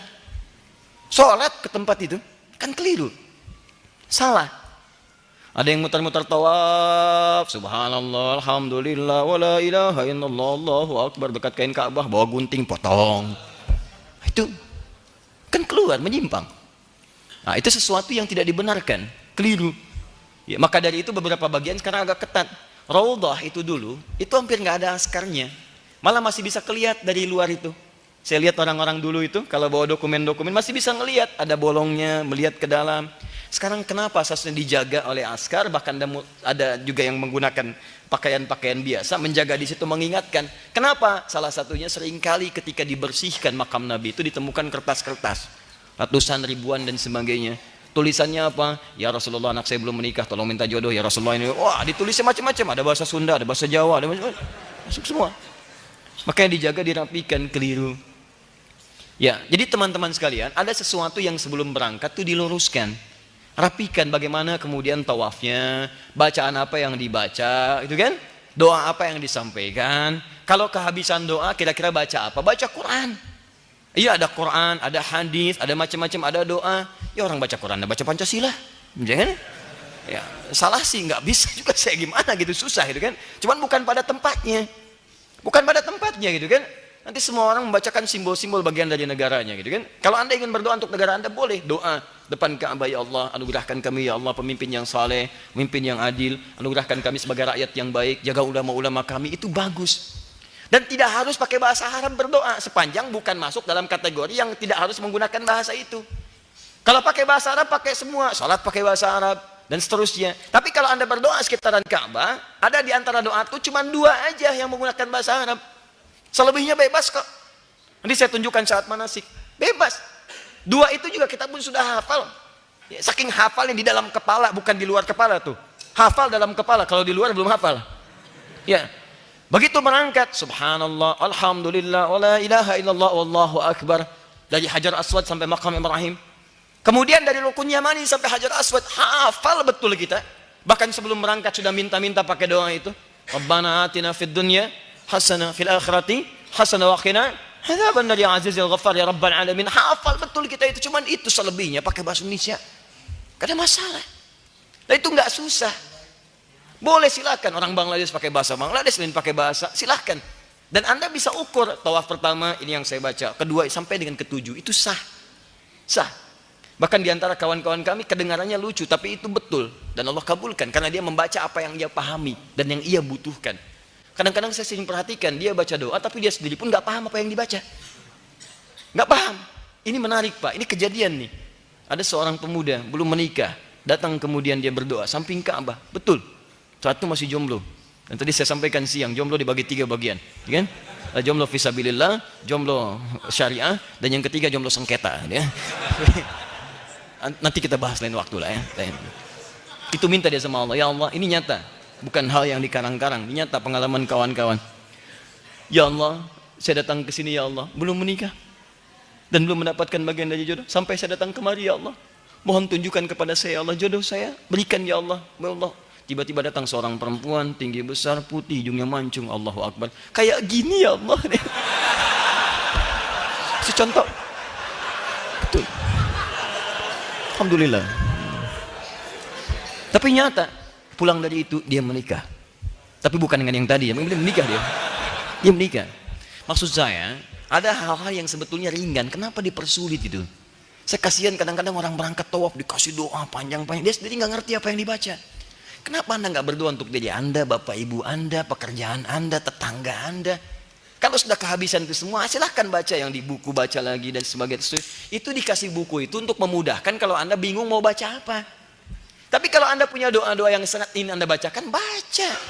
Alhamdulillah. Yang sunnah kuasai. Baca itu, nanti saya terangkan saat manasik. Kenapa yang dua ini sangat ditekankan? Karena itu akan mengantarkan pada pengabulan doa yang lainnya. Paham ya? Nah ini, tapi jangan sampai menyimpang. Begitu orang-orang kemudian datang menghadap ke arah Ka'bah, ada menghadap ke sini. Orang datang-datang jauh-jauh ke sana, Anda sholat di mall.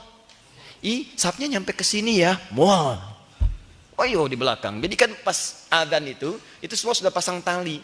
Tali itu maksudnya itu dibuat batas kalau sekiranya sana penuh. Ini masjid aja masih kosong, dia sholat di mall. Untuk apa? Jauh-jauh, pahalanya sama dengan dialisan. Sama dialisan satu, di mall satu. Lalu apa yang membedakan Anda dengan berangkat dengan uang, bekal dan sebagainya? Tidak ada nilainya. Karena itu teman-teman sekalian, saya jelaskan ini, wala fusuqa wala jidal. Jidal tidak perlu diperpanjang lagi, sudah paham kita semua, jangan banyak berdebat. Artinya akan ada pekerjaan-pekerjaan, aktivitas yang membuat kita terpancing untuk berdebat.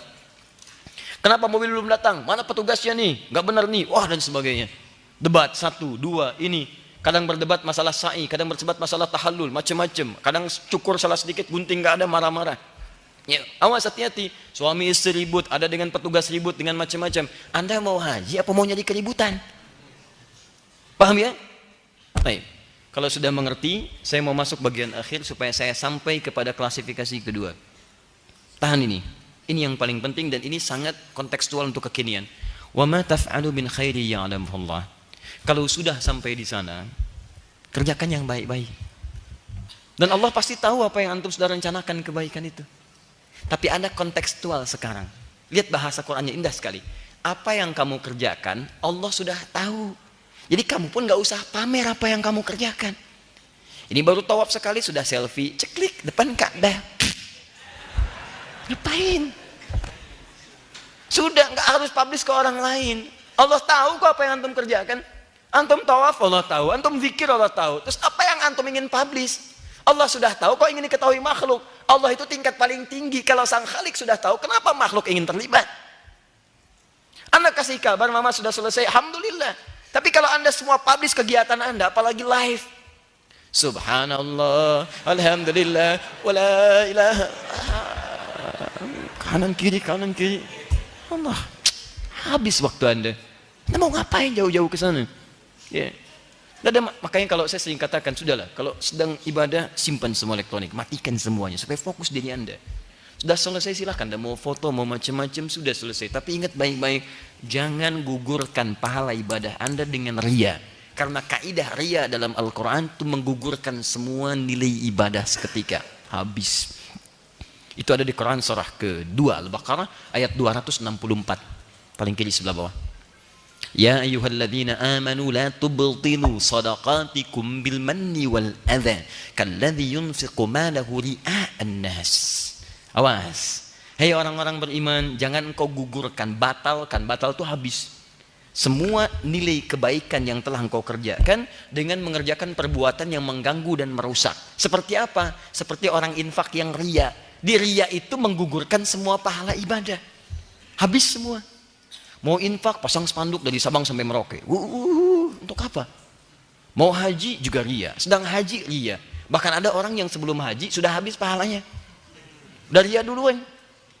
Kumpulin orang, nanti kita bahas. Nggak ada salah Anda mengundang orang untuk menyampaikan, minta doa macam-macam. Tapi hati-hati dengan jebakan-jebakan setan yang kadang-kadang lebih dahsyat daripada jebakan Batman. Betul saya katakan. Ini bahaya.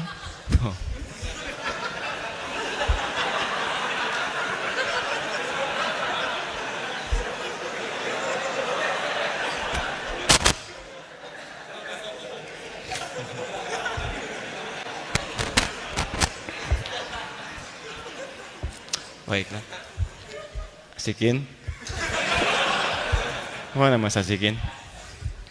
Tolong siapkan satu mushaf, saya berikan hadiah untuk antum ya. Masya Allah. Jazakallah khair. Mushaf khusus ya.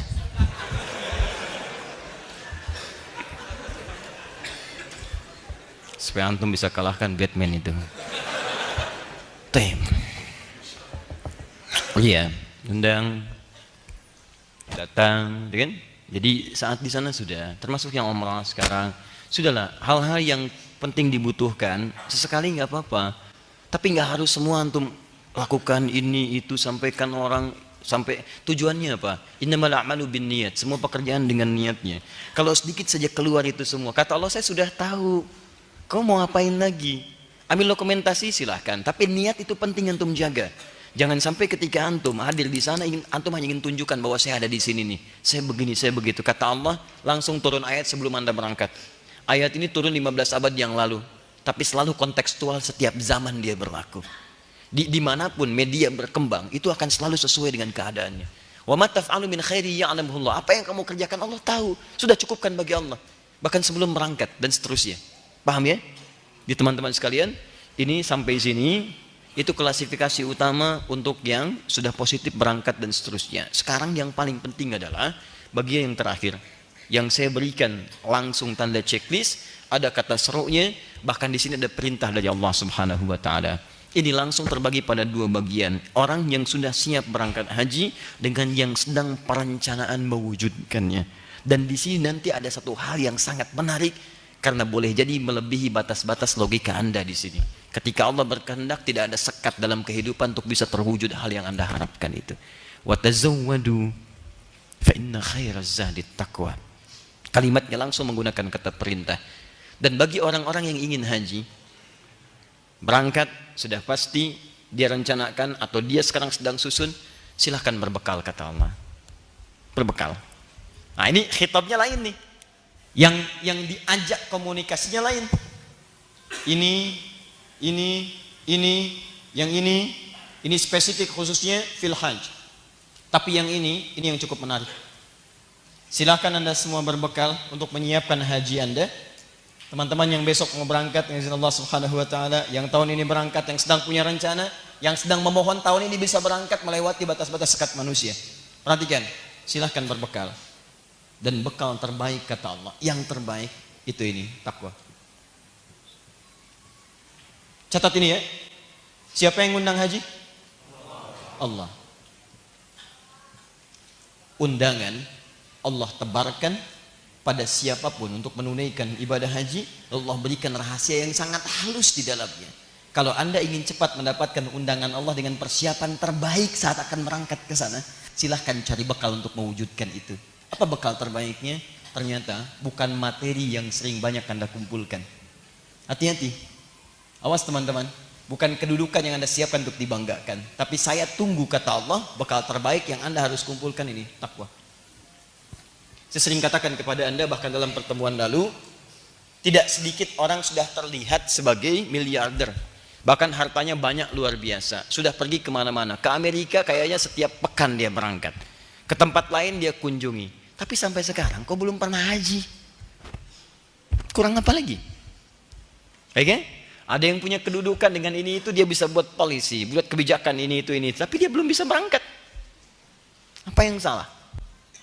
Bahkan ada yang berangkat, harta diperbanyak, macam-macam, tapi nggak ada nilainya, sampai sana kayak kosong gitu. Nggak ada nilainya. Baru nyampe udah nanya, kurma di mana ya? Kalau pakaian gini di mana ya? Jawab, Tanah Abang. Bapak kelewat. Kelewat Pak, Tanah Abang. Udah, Bapak kesini mau nyari kurma, mau haji. Udah ada semua, macam-macam. Luar biasa lah. Dikembalikan ke sini, takwa.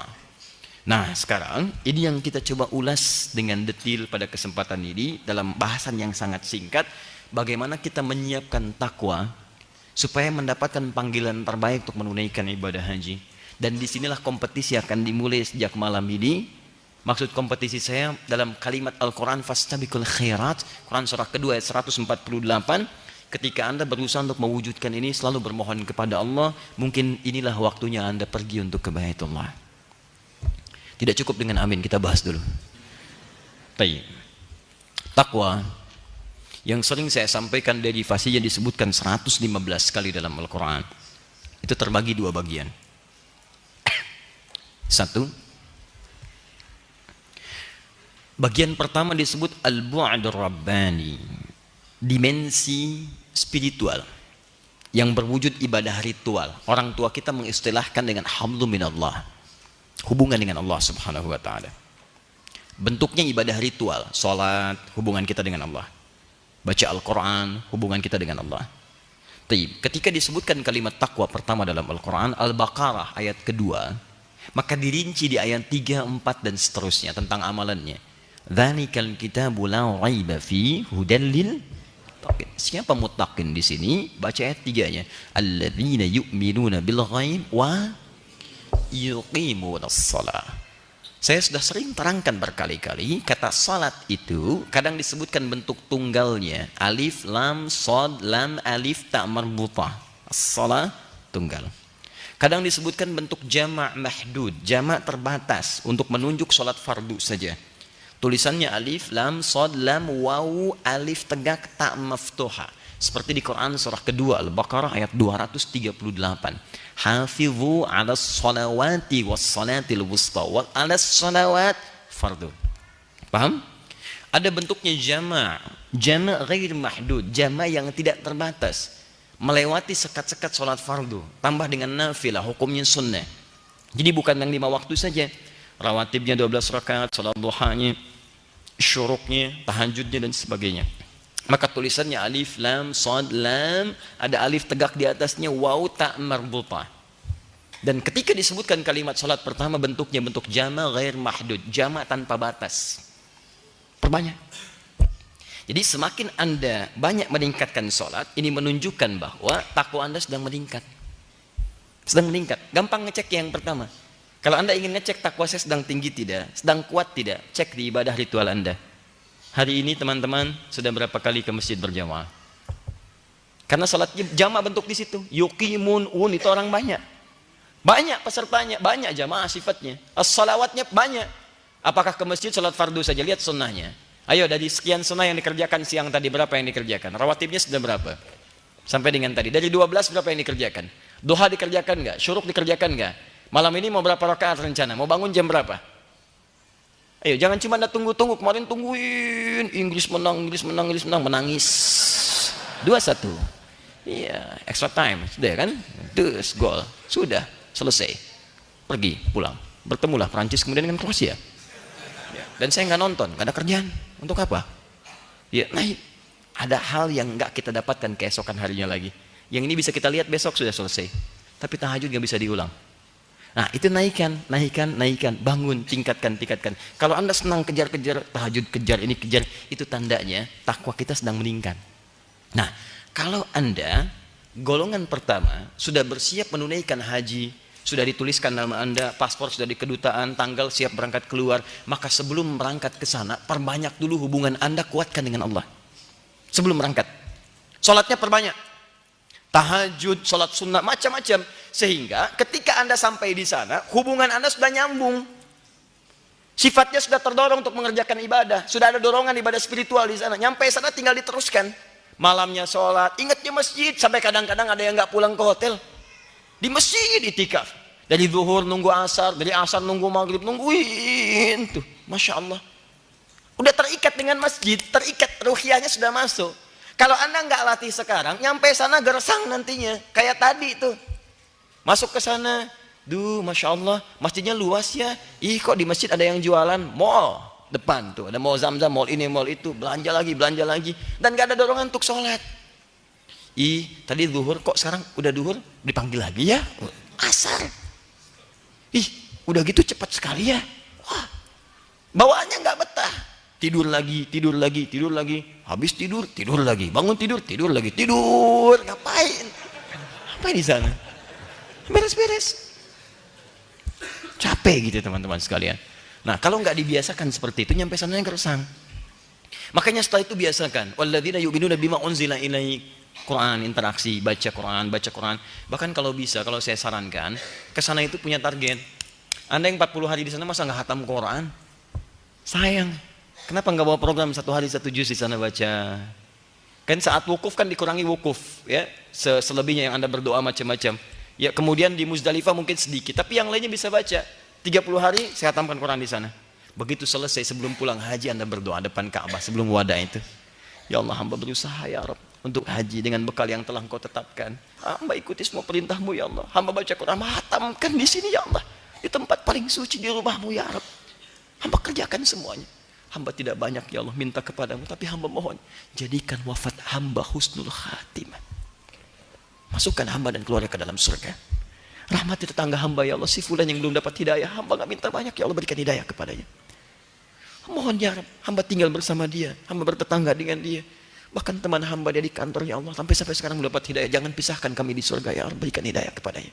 Mohon ya Allah, kalau hamba sudah datang ke sini menghatamkan Quran, memohon kepada belum Kau kabulkan, tunjukkan kepada hamba hari ini juga.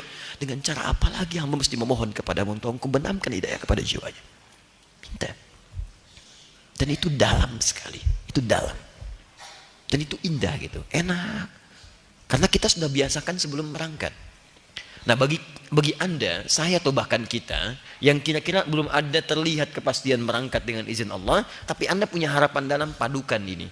Bangun malam, minta sama Allah, berikan kesempatan haji ya Allah. Apa yang Anda lakukan?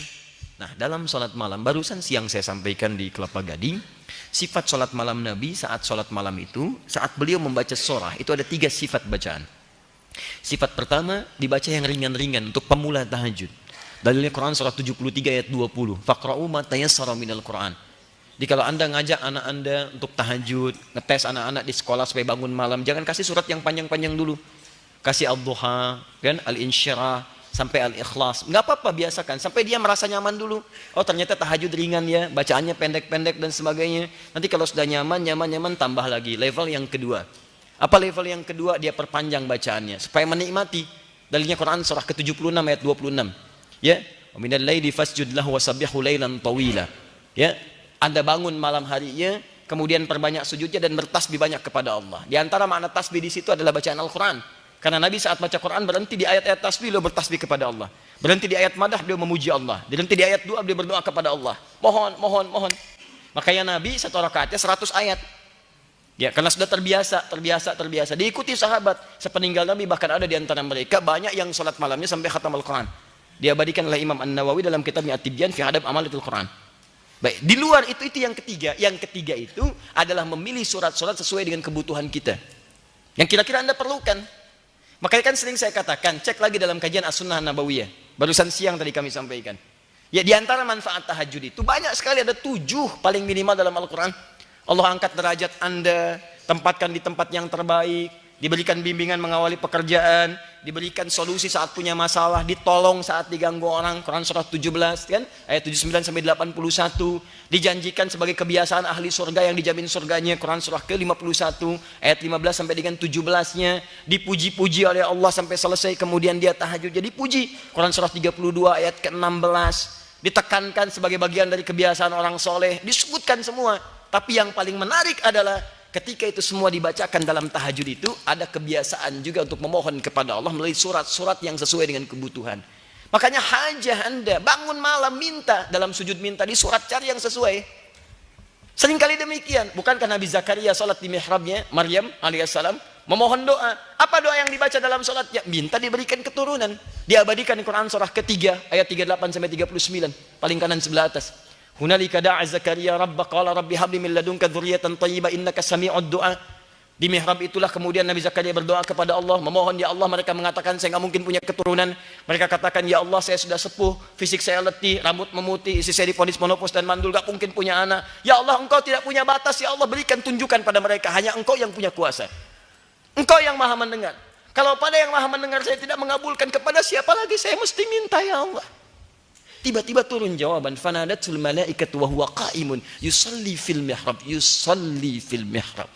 Turun malaikat menyampaikan, sedangkan beliau masih sholat berdiri, belum selesai. Ruku aja belum, masih berdiri. Annallahu yubashshiruka bi Yahya. Allah kasih kabar gembira, kamu akan punya anak, langsung namanya dari Allah Yahya. Artinya hidup. Yang mustahil lahir dari rahim seorang perempuan yang menopause dan mandul, hidup kata Allah, enggak ada yang mustahil bagi saya. Jadi hidup dia. Makanya para sahabat itu sholat, malam sholat. Abdurrahman bin Auf kayaknya kaya banget, sangat kaya, kapaknya terbuat dari emas. Tapi hal yang paling membahagiakan saat punya kesempatan bangun malam. Uthman sholat, semua sholat. Karena mereka merasakan kenikmatan dunia itu diraih karena dari kedekatan dengan Allah Subhanahu wa taala. Maka cobalah antum yang ingin haji, bangun bacakan ayat-ayat itu. Al-Baqarah 196 sampai 203. Apalin. Malam bangun lagi. Allah, saya mohon ya Allah. Saya minta ya Rabb, berikan kesempatan sebelum Engkau wafatkan saya. Ya Allah, berikan kesempatan untuk berhaji ya Rabb. Berikan kesempatan ya Allah untuk ke tanah suci. Berikan kesempatan untuk bermunajat ya Allah di padang mahsyar itu, di padang Arafah itu ya Allah. Sebelum kami kembali ke padang mahsyar-Mu. Ya Allah mohon ya Rabb. Hamba merasa ya Allah, hamba yang mungkin orang katakan hamba fakir.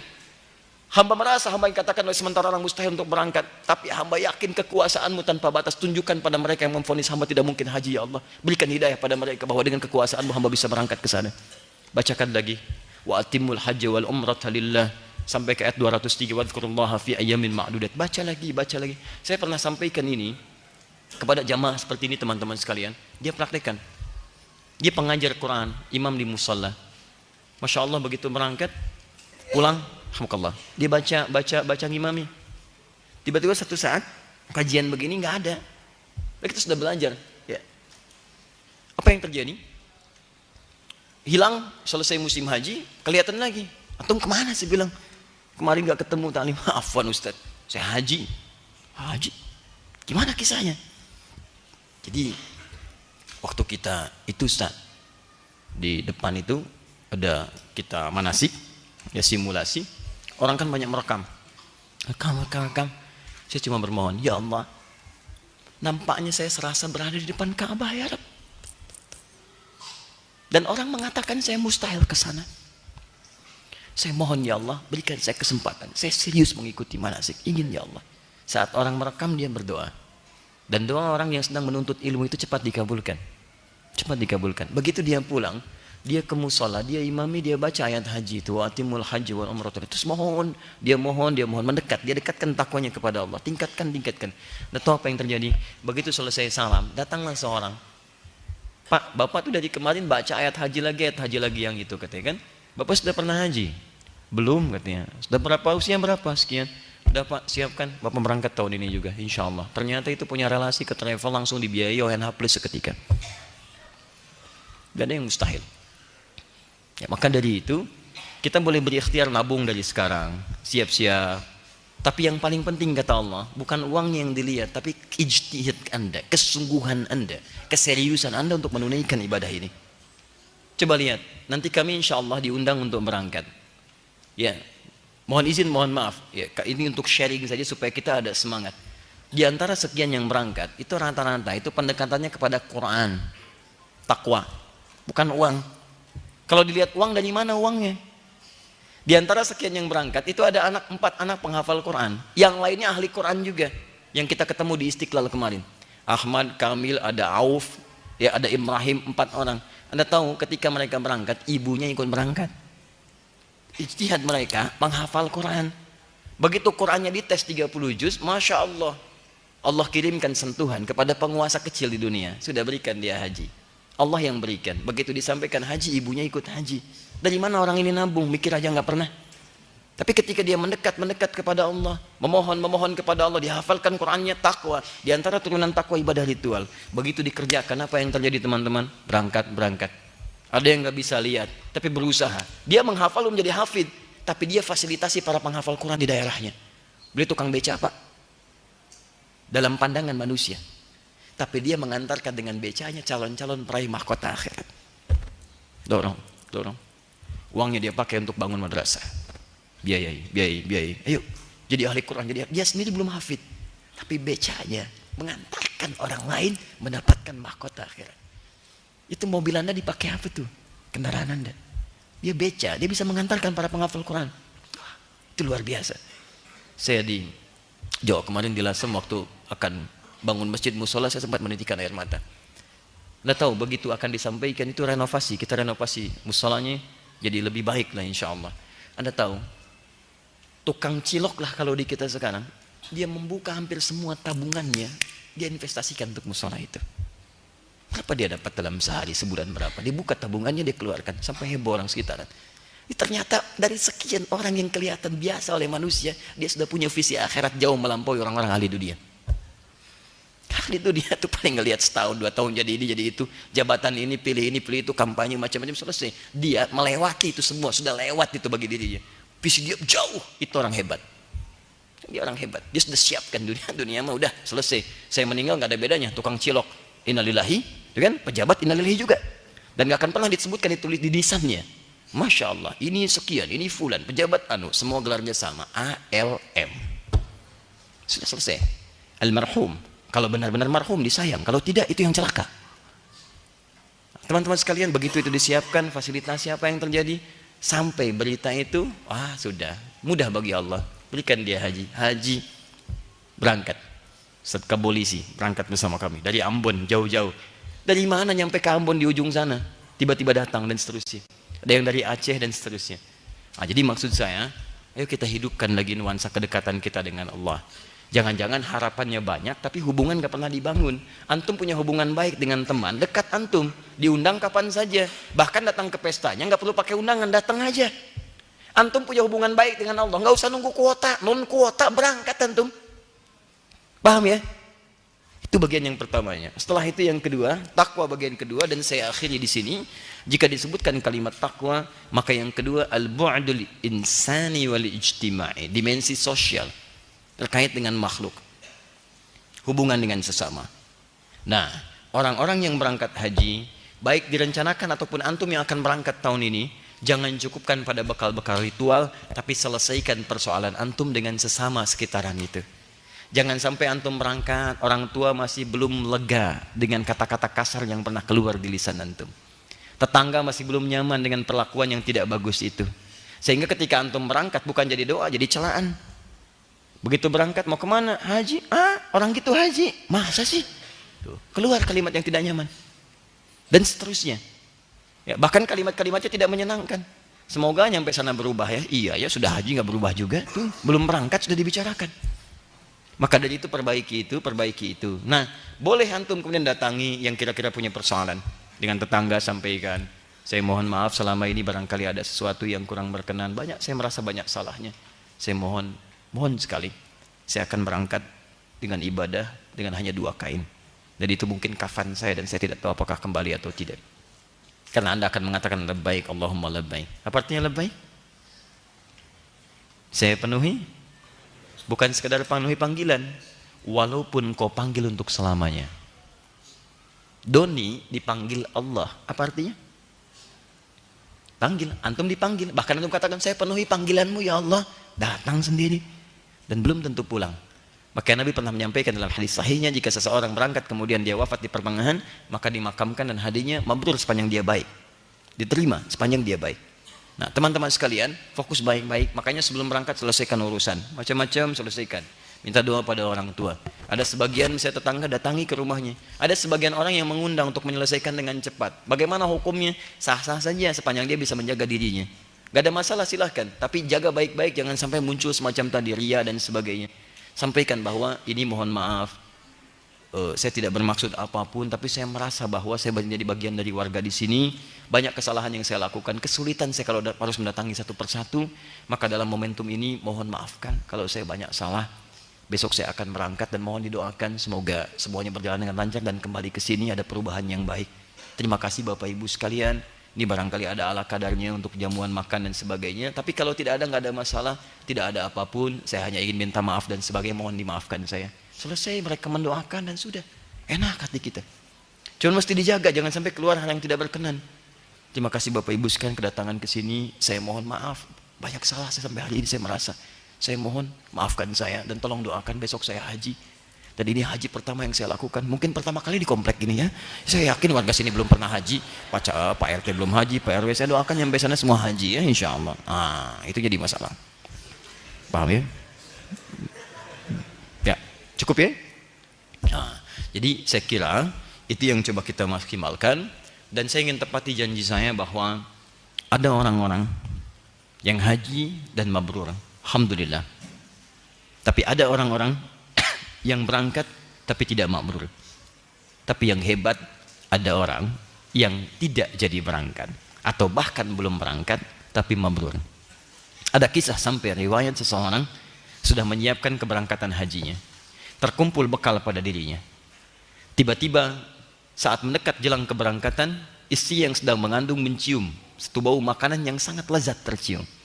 Diutuslah suaminya untuk kemudian pergi mengunjungi tetangga itu untuk menanyakan kiranya bisa berbagi makanan itu. Bahkan kalaupun dibeli dia akan beli karena merasakan bau yang sangat lezat. Perhatikan cara Allah memberikan nilai kebaikan. Seketika itu, ini kisah nyata yang sampai, riwayatnya juga sampai kepada kita semua. Ketika dikunjungi oleh suaminya itu, disampaikan dan dilihat ada tungku masakan yang memang baunya sangat lezat. Disampaikan, Anda masak apa? Ini istri saya mencium bau yang sangat enak. Boleh tidak kami mendapatkan bagian dari itu? Mohon maaf, tidak bisa. Kami beli berapapun harganya, tolong. Mohon maaf, tidak bisa. Tuan, daging ini halal bagi kami, tapi haram bagi Tuan. Halal bagi kami, tapi haram bagi Tuan. Beliau mencerna, kok bisa halal buat Anda, haram bagi kami? Kenapa? Dilihat keadaannya, kok anak-anaknya kayak kekurangan dan sebagainya. Tiba-tiba keluarlah bahasa yang sangat lirih dikatakan, kami sudah lama tidak makan. Untuk menahan lapar kami masuk dalam posisi darurat menemukan bangkai dari keledai yang sudah mati. Daging bangkai itu kan haram dimakan. Tapi bagi kami darurat karena nggak ada makanan yang lain. Kalau tidak, anak-anak kami seketika akan kehilangan dari masukan dirinya dan mungkin bisa meninggal. Maka mohon maaf, ini halal buat kami, tapi haram buat Tuhan. Karena Tuhan tidak memiliki nilai daruratnya. Ada sentuhan pada jiwanya, bergetar hatinya, pulang ke rumah diceritakan ke istrinya. Begitu diceritakan kondisinya, sepakat keduanya, sudah. Bekal haji kita, berikan saja semua ke sana. Dan itulah yang sebetulnya Allah sedang sentuh kita. Itu yang sesungguhnya yang harus kita lakukan. Begitu sampai itu, bawa kembali, langsung kemudian disiapkan, belikan makanan yang macam-macam dan berikan semua bekal dari bekal-bekal hajinya. Turunlah berita pada saat itu bahwa hajinya diterima oleh Allah Subhanahu wa taala. Padahal dia belum berangkat. Bahkan kisah ini sering dikaitkan dengan ayat Quran surah ketiga Ali Imran ayat 92 itu. Lan tanalul birra hatta tunfiqu mimma tuhibbun. Teman-teman sekalian, mabrur itu artinya bukan diterima. Kalau diterima namanya makbul. Mabrur dari kata birrun. Birrun. Bir itu adalah kebaikan yang muncul setelah yang kotornya hilang. Ini kotor baju, dicuci. Kotorannya hilang. Sehingga muncul bagusnya, baiknya. Itu birrun namanya. Nah, kalau kebaikan itu melekat pada diri seseorang, maka berubah namanya birrun jadi mabrurun. Mabrur. Haji mabrur adalah haji yang bisa merubah seseorang dari sebelum berangkat dengan setelah berangkat, berubah total pribadinya menjadi lebih baik daripada sebelumnya. Jadi yang tadinya kasar, kasarnya hilang dicuci dari ibadah haji. Begitu pulang jadi lembut. Yang tadinya kotor kata-katanya jadi baik dan sebagainya. Itu yang disebut dengan mabrur. Itulah mabrur. Asal dari kata birrun. Turun ayat lan tanalul birra. Lan tanalul birra. Sifat birrun itu gak akan mungkin didapatkan oleh kalian hatta tunfiqu mimma tuhibbun. Sampai kalian bisa menginfakkan apa yang paling Anda cintai dalam kehidupan. Ada orang infak, dia menjual kebunnya, menjual macam-macam untuk berangkat haji, nabung. Ada penjual tebu, nabung. Itu uang dia kumpulkan, bisa beli mobil tapi dia tahan mobilnya. Dia cinta mobil tapi dia gak mau beli. Dia senang rumah, dia gak mau luaskan. Untuk apa? Saya pengen haji. Begitu dia berangkat rahmatullah dengan itu semua, sampai di sana Allahu Akbar, diterima. Tapi ada orang yang bahkan saat berangkat dia mengalami situasi seperti tadi. Dia berikan semua apa yang paling disukainya, yang paling dicintai itu hajinya. Itu hajinya. Maka teman-teman, itu tidak mudah. Saya sampaikan pada Anda, kalau Anda mau berangkat sekarang, tiba-tiba bekal sudah siap dan sebagainya, ada tetangga datang, maaf Pak, ini besok mau dioperasi, butuh biaya sekian, persis seperti biaya haji Anda. Pertanyaan saya, apakah Anda berikan untuk membantu atau Anda minta maaf belum bisa membantunya? Pikirkan sampai pekan depan ya. Nah, teman-teman sekalian, disitulah letak perbedaan yang tidak mudah memberikan apa yang paling kita sukai. Jelas sampai sini? Itu hutang yang saya sampaikan dari pertemuan lalu, sekarang sudah saya selesaikan. Kita berhenti dulu di sini. Di pertemuan depan kita akan teruskan, kita masuk pada manasik. Teorinya dulu. Dan hari Sabtu paginya itu kita akan praktekkan di depan ini. Dengan praktek langsung di lapangan saya tunjukkan makna-maknanya, dari mana kita masuk, seperti apa kita kemudian masuki fase-fase haji yang dimaksudkan.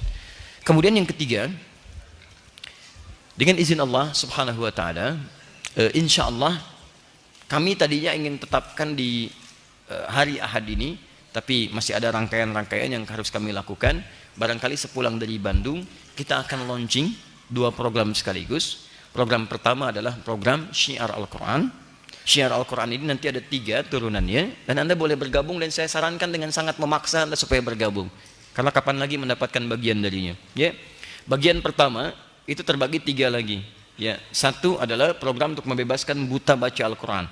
Kita ingin semua orang Islam khususnya di Indonesia bisa baca Quran. Tahap yang pertama.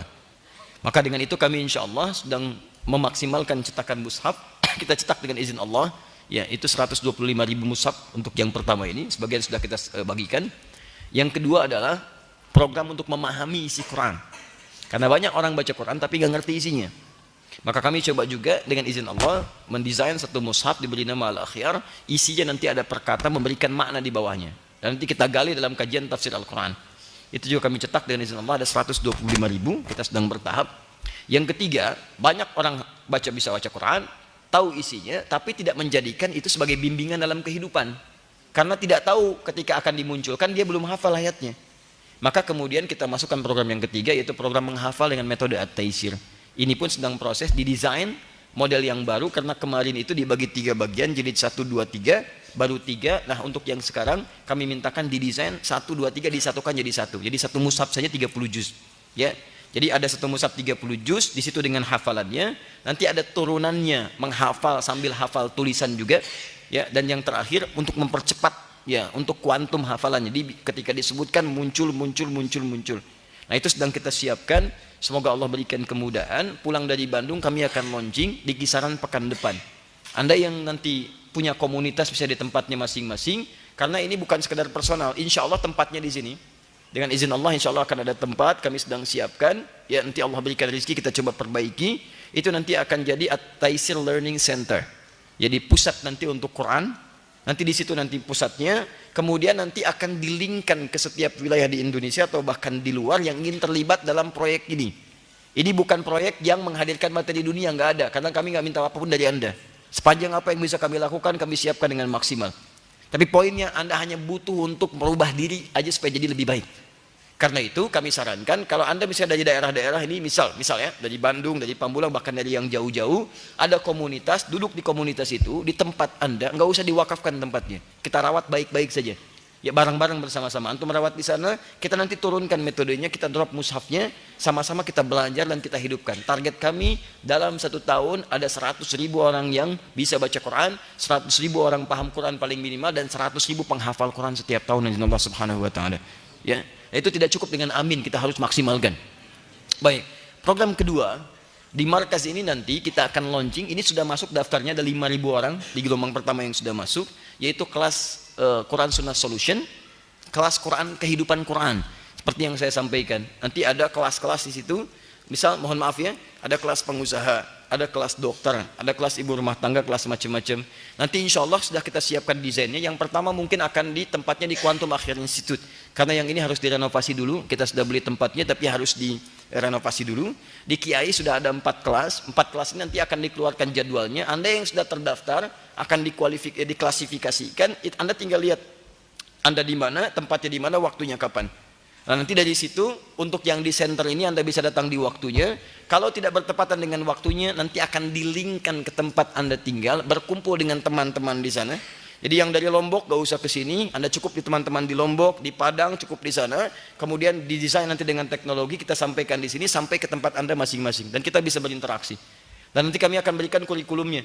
Ini kurikulum untuk mahasiswa, bagaimana cara belajar yang baik. Kami turunkan ayat Qurannya, jadi begitu Anda belajar, Anda mendapatkan bimbingan langsung dari Al-Quran, bagaimana cara belajar di tempat manapun Anda belajar, sepanjang suasananya baik.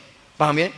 Baik, itu pekan depan kita launchingkan, dan insya Allah besok kami akan mulai bergerak ke Bandung, dan kami akan teruskan nanti taklim di Bandung. Ada materi-materi yang mungkin akan memberikan banyak manfaat untuk kita semua, jika Allah berkehendak untuk itu semua. Saya mengucapkan terima kasih atas pertemuan malam ini. Jika ada sesuatu yang baik, itu adalah titipan dari Allah untuk disampaikan supaya kita amalkan. Saya tidak tahu kenapa Anda yang hadir malam ini di sini, bukan orang lain. Tapi kalau ada yang salah, itu mutlak kesalahan saya pribadi, mohon dimaafkan. Saya ingin tepati janji saya dulu. Mana mushafnya, Mas Asikin?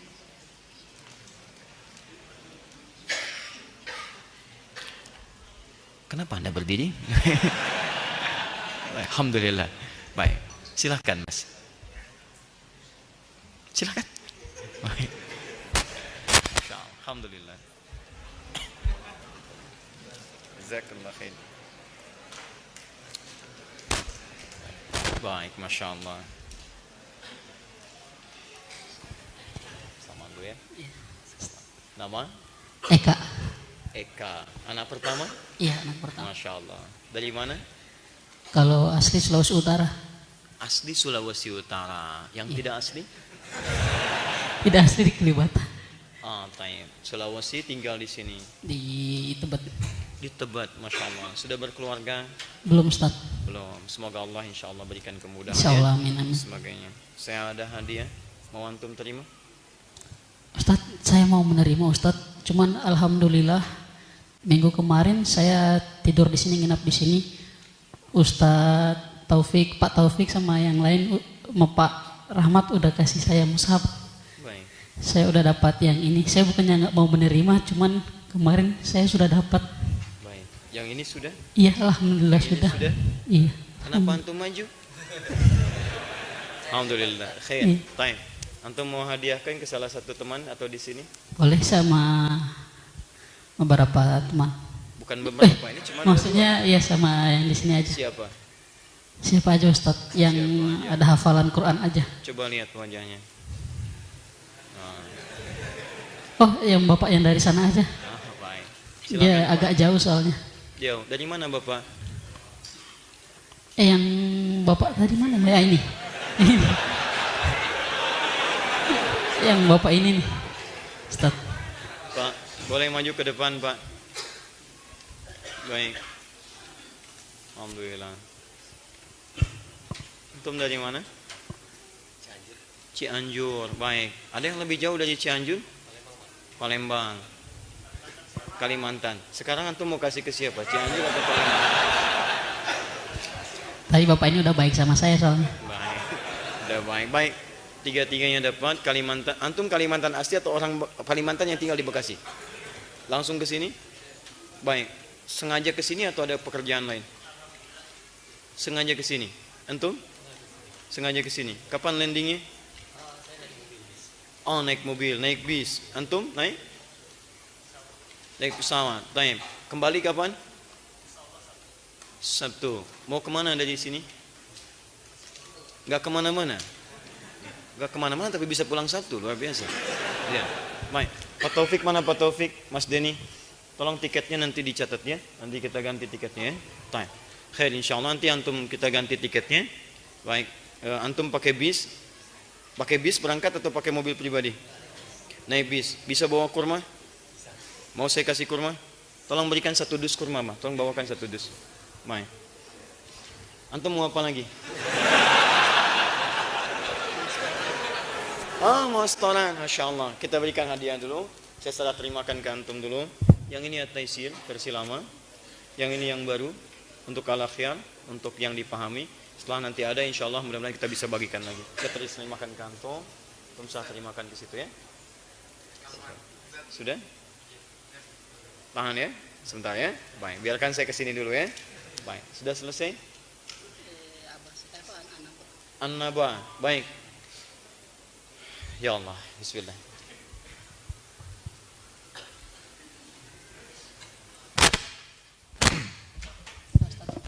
Tahan sebentar. Ada anak kecil hadir di sini, usia 13 tahun, hafal 30 juz, boleh ke depan? Dari Gunung Putri ya, atau Gunung Putra? Siapa namanya? Ada anaknya? Mana anaknya?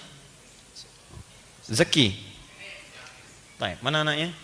Baik, antum akan melawan itu ya. Sekarang Nabi. Baik. Siap-siap aja Mas. Baik. Bismillah.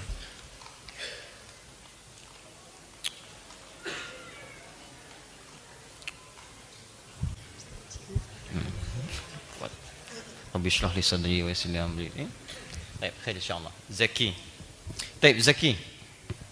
Kita dengarkan dulu Mas Eka, Zaki di sebelah sini. Bismillah. Mau baca surat apa? An-Naba. Amma yatasaalun. Mohon dekatkan mic-nya. Ya Allah, bismillah. Tahan sebentar. Antum sebelumnya sudah hafal An-Naba? Baru ya baru. Baru. Pakai metode apa? Yang apa? Yang kanan 5 kiri. Oh, kanan 5, kiri 4, depan 2. Right. Ya, At-Taisir. Ya Allah, bismillah. Baca dulu saja. Bismillahirrahmanirrahim. Ta'awud sebentar. A'udzubillah. A'udzu billahi minasy syaithanir rajim.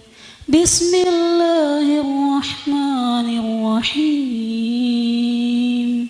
Amma yatasaalun 'anil naba'il 'azim alladzi hum fihi mukhtalifun. Kalla saya'lamun.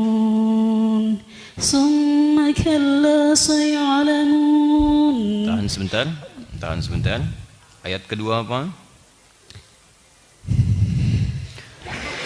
Anin naba'il azim. Ayat kelima apa? Summa kalla saya'lamun. Ayat 10 apa? Waj'alna al-laila libasa. 10 kurangi 9. Amma yatasaalun. Tambah 4. Summa kalla saya'lamun. Kurangi 3. Anin naba'il azim. Tambah 8. Waj'alna al-laila libasa. Tambah 30. Inna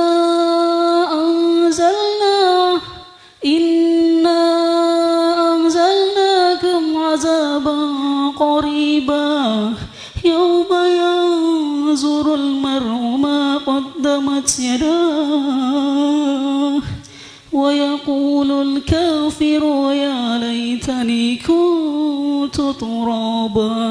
Masya Allah, suara antum bagus dan insya Allah baik sekali untuk diarahkan ke situ, mirip seperti Syekh Minshawi ya. Dan itu bagus suara antum.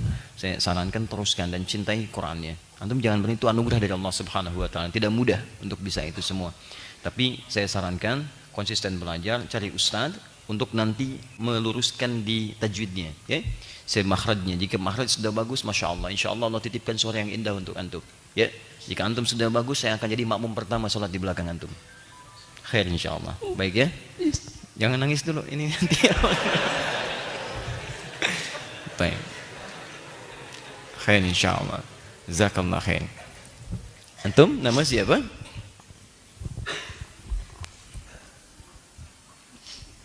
Nama lengkap? Muhammad Zaki Azra Denis. Azra Denis. Hafal berapa juz? Alhamdulillah. Sudah selesai? Sudah selesai. Baik. Antum boleh duduk dulu sebentar. Baik. Pegang aja mic-nya. Panggilannya apa? Kalau di sekolah Denis. Di rumah? Zaki. Di masjid? Baik. Khair insyaallah. A'udzu billahi minasy syaithanir rajim. وإذ ابتلى إبراهيم ربه بكلمات فأتمهن. أعوذ بالله من الشيطان الرجيم. بسم الله الرحمن الرحيم. وإذ ابتلى إبراهيم ربه بكلمات فأتمهن. قال إني جاعلك للناس إماما. قال ومن ذريتي. قال لا ينال عهد الظالمين. بسم الله الرحمن الرحيم. واذكروا الله في أيام معدودات. بسم الله الرحمن الرحيم. واذكروا الله في أيام معدودات. فمن تعجل في يومين فلا إثم عليه ومن تأخر فلا إثم عليه لمن اتقى واتقوا الله وما تأخر فلا إثم عليه لمن اتقى واتقوني يا واتقوا الله واعلموا أنكم ملاقوه وما تأخر فلا إثم عليه لمن اتقى واتقوا الله لعلكم تفلحون. Wadhkurullah. Pelan-pelan tarik nafas, pelan-pelan ulangi. Wadhkurullah. Wadhkurullah fi ayyamin ma'dudat. Faman ta'ajjala fi yawmaini fala ithma alayhi. Wa man ta'akhkhara fala ithma alayhi liman ittaqa. Wattaqullaha wa'lamu wattaqullaha wa'lamu annakum ilaihi tuhsyarun. Jazakallah khair. Tayyib. Antum hafal Quran di mana? Di Ma'had. Ma'had. SMP atau Ma'had? Dua-duanya. Dua-duanya. Baik. Ada berapa siswanya di situ, teman-temannya? 150-an. 150. Satu sekolah. Satu Ma'had. Gurunya ada berapa? Oh, itu 150 yang laki-lakinya. Laki-laki. Perempuannya? Ada. Enggak tahu. Yang bagus. Gurunya ada berapa? 20 lebih lah. 20 lebih. Baik, lebih berarti 40, 50, 60. Baik. 150 kali 2 300, kemudian tambah 200, 500 time. 500 bagi 20 berapa? 25. Tanya. Di mana sekolahnya? Di Gunung Putri? Iya, Gunung Putri. Saya kasih hadiah antum kurma. Antum hafal 30 juz, seharusnya kami kasih 25 dulu aja karena sebagian belum lancar. Siapa di bagian kurma? Denny, Mas Denny ya. Nanti tolong dicatat alamatnya. Nanti kami kirimkan kurma 25 dus ya. Satu dusnya insya Allah ada 10 sampai 20 pitch. Itu bisa untuk teman-teman antum satu pesantren semua ya. Dengan tetangga-tetangga pesantrennya insya Allah. Itu kurma langsung disampaikan oleh Raja Salman. Ya, kami terima dan insya Allah antum akan mendapatkan bagian 25 dus. Kalau mau foto dulu kurmanya ada di samping situ ya. Dusnya. Insya Allah untuk antum 25 dus ya. Kalau sudah lancar sampaikan lagi. Mudah-mudahan Allah berikan kemuliaan pada antum. Khair insyaallah. Tahan sebentar Mas Eka. Saya ingin cek an-nabanya. Ya Allah, bismillah. Amma yatasaalun. Ta'awudz. A'udzu billahi minasy syaithanir rajim. Baik, amma. Amma yatasaalun. Sekarang Anin naba'il 'azim alladzi hum fihi mukhtalifun. Kalla saya'lamun. Summa kalla saya'lamun. Sekarang ganti. Antum amma yatasaalun, antum 2 ayat setelahnya. Amma yatasaalun. 2 ayat setelahnya. Anin 2 ayat setelahnya. alladzi hum fihi mukhtalifun. Kalla 2 ayat setelahnya. 2 ayat. Thumma kalla saya'lamun. Wal jibala autada. Teruskan. 2 ayat setelahnya. Waja'alna naumakum subata. Waj'alna an-nahara ma'asha. Waja'alna sirajan wahhaja. لنخرج به حبا ونباتا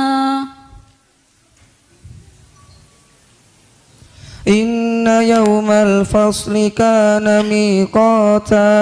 Tahan, 3 ayat setelahnya. وسيرت الجبال فكانت سرابا 3 ayat setelahnya. لابثين فيها أحقابا 4 ayat setelahnya. إنهم كانوا لا يرجون حسابا. Tahan sebentar. Bagi yang sudah menggunakan at-taysir, jangan antum melihat kepada ayat-ayatnya, tapi pahami antum di posisi nomor berapa ayat itu. Begitu antum dapatkan posisinya, tahu nomornya, begitu mudah antum menemukan berapapun ayat setelahnya. Paham sampai sini? Di awal tadi antum belum menemukan iramanya, tapi setelah antum dapatkan rahasianya, antum tambahkan nomornya, antum bisa cepat menjawabnya. Salah satunya itu, saya tidak menginginkan Anda menghafal, hanya tahu nomor ayat sekian, posisi ketiga. Maksud saya ketika Anda membutuhkannya, seketika ayat itu muncul memberikan bimbingan kepada Anda. Baik saat Anda perlukan untuk menulisnya, ataupun saat Anda perlukan untuk menuliskan hal-hal tertentu yang Anda butuhkan dalam kehidupan. Paham? Tanya. Antum mau kurma berapa?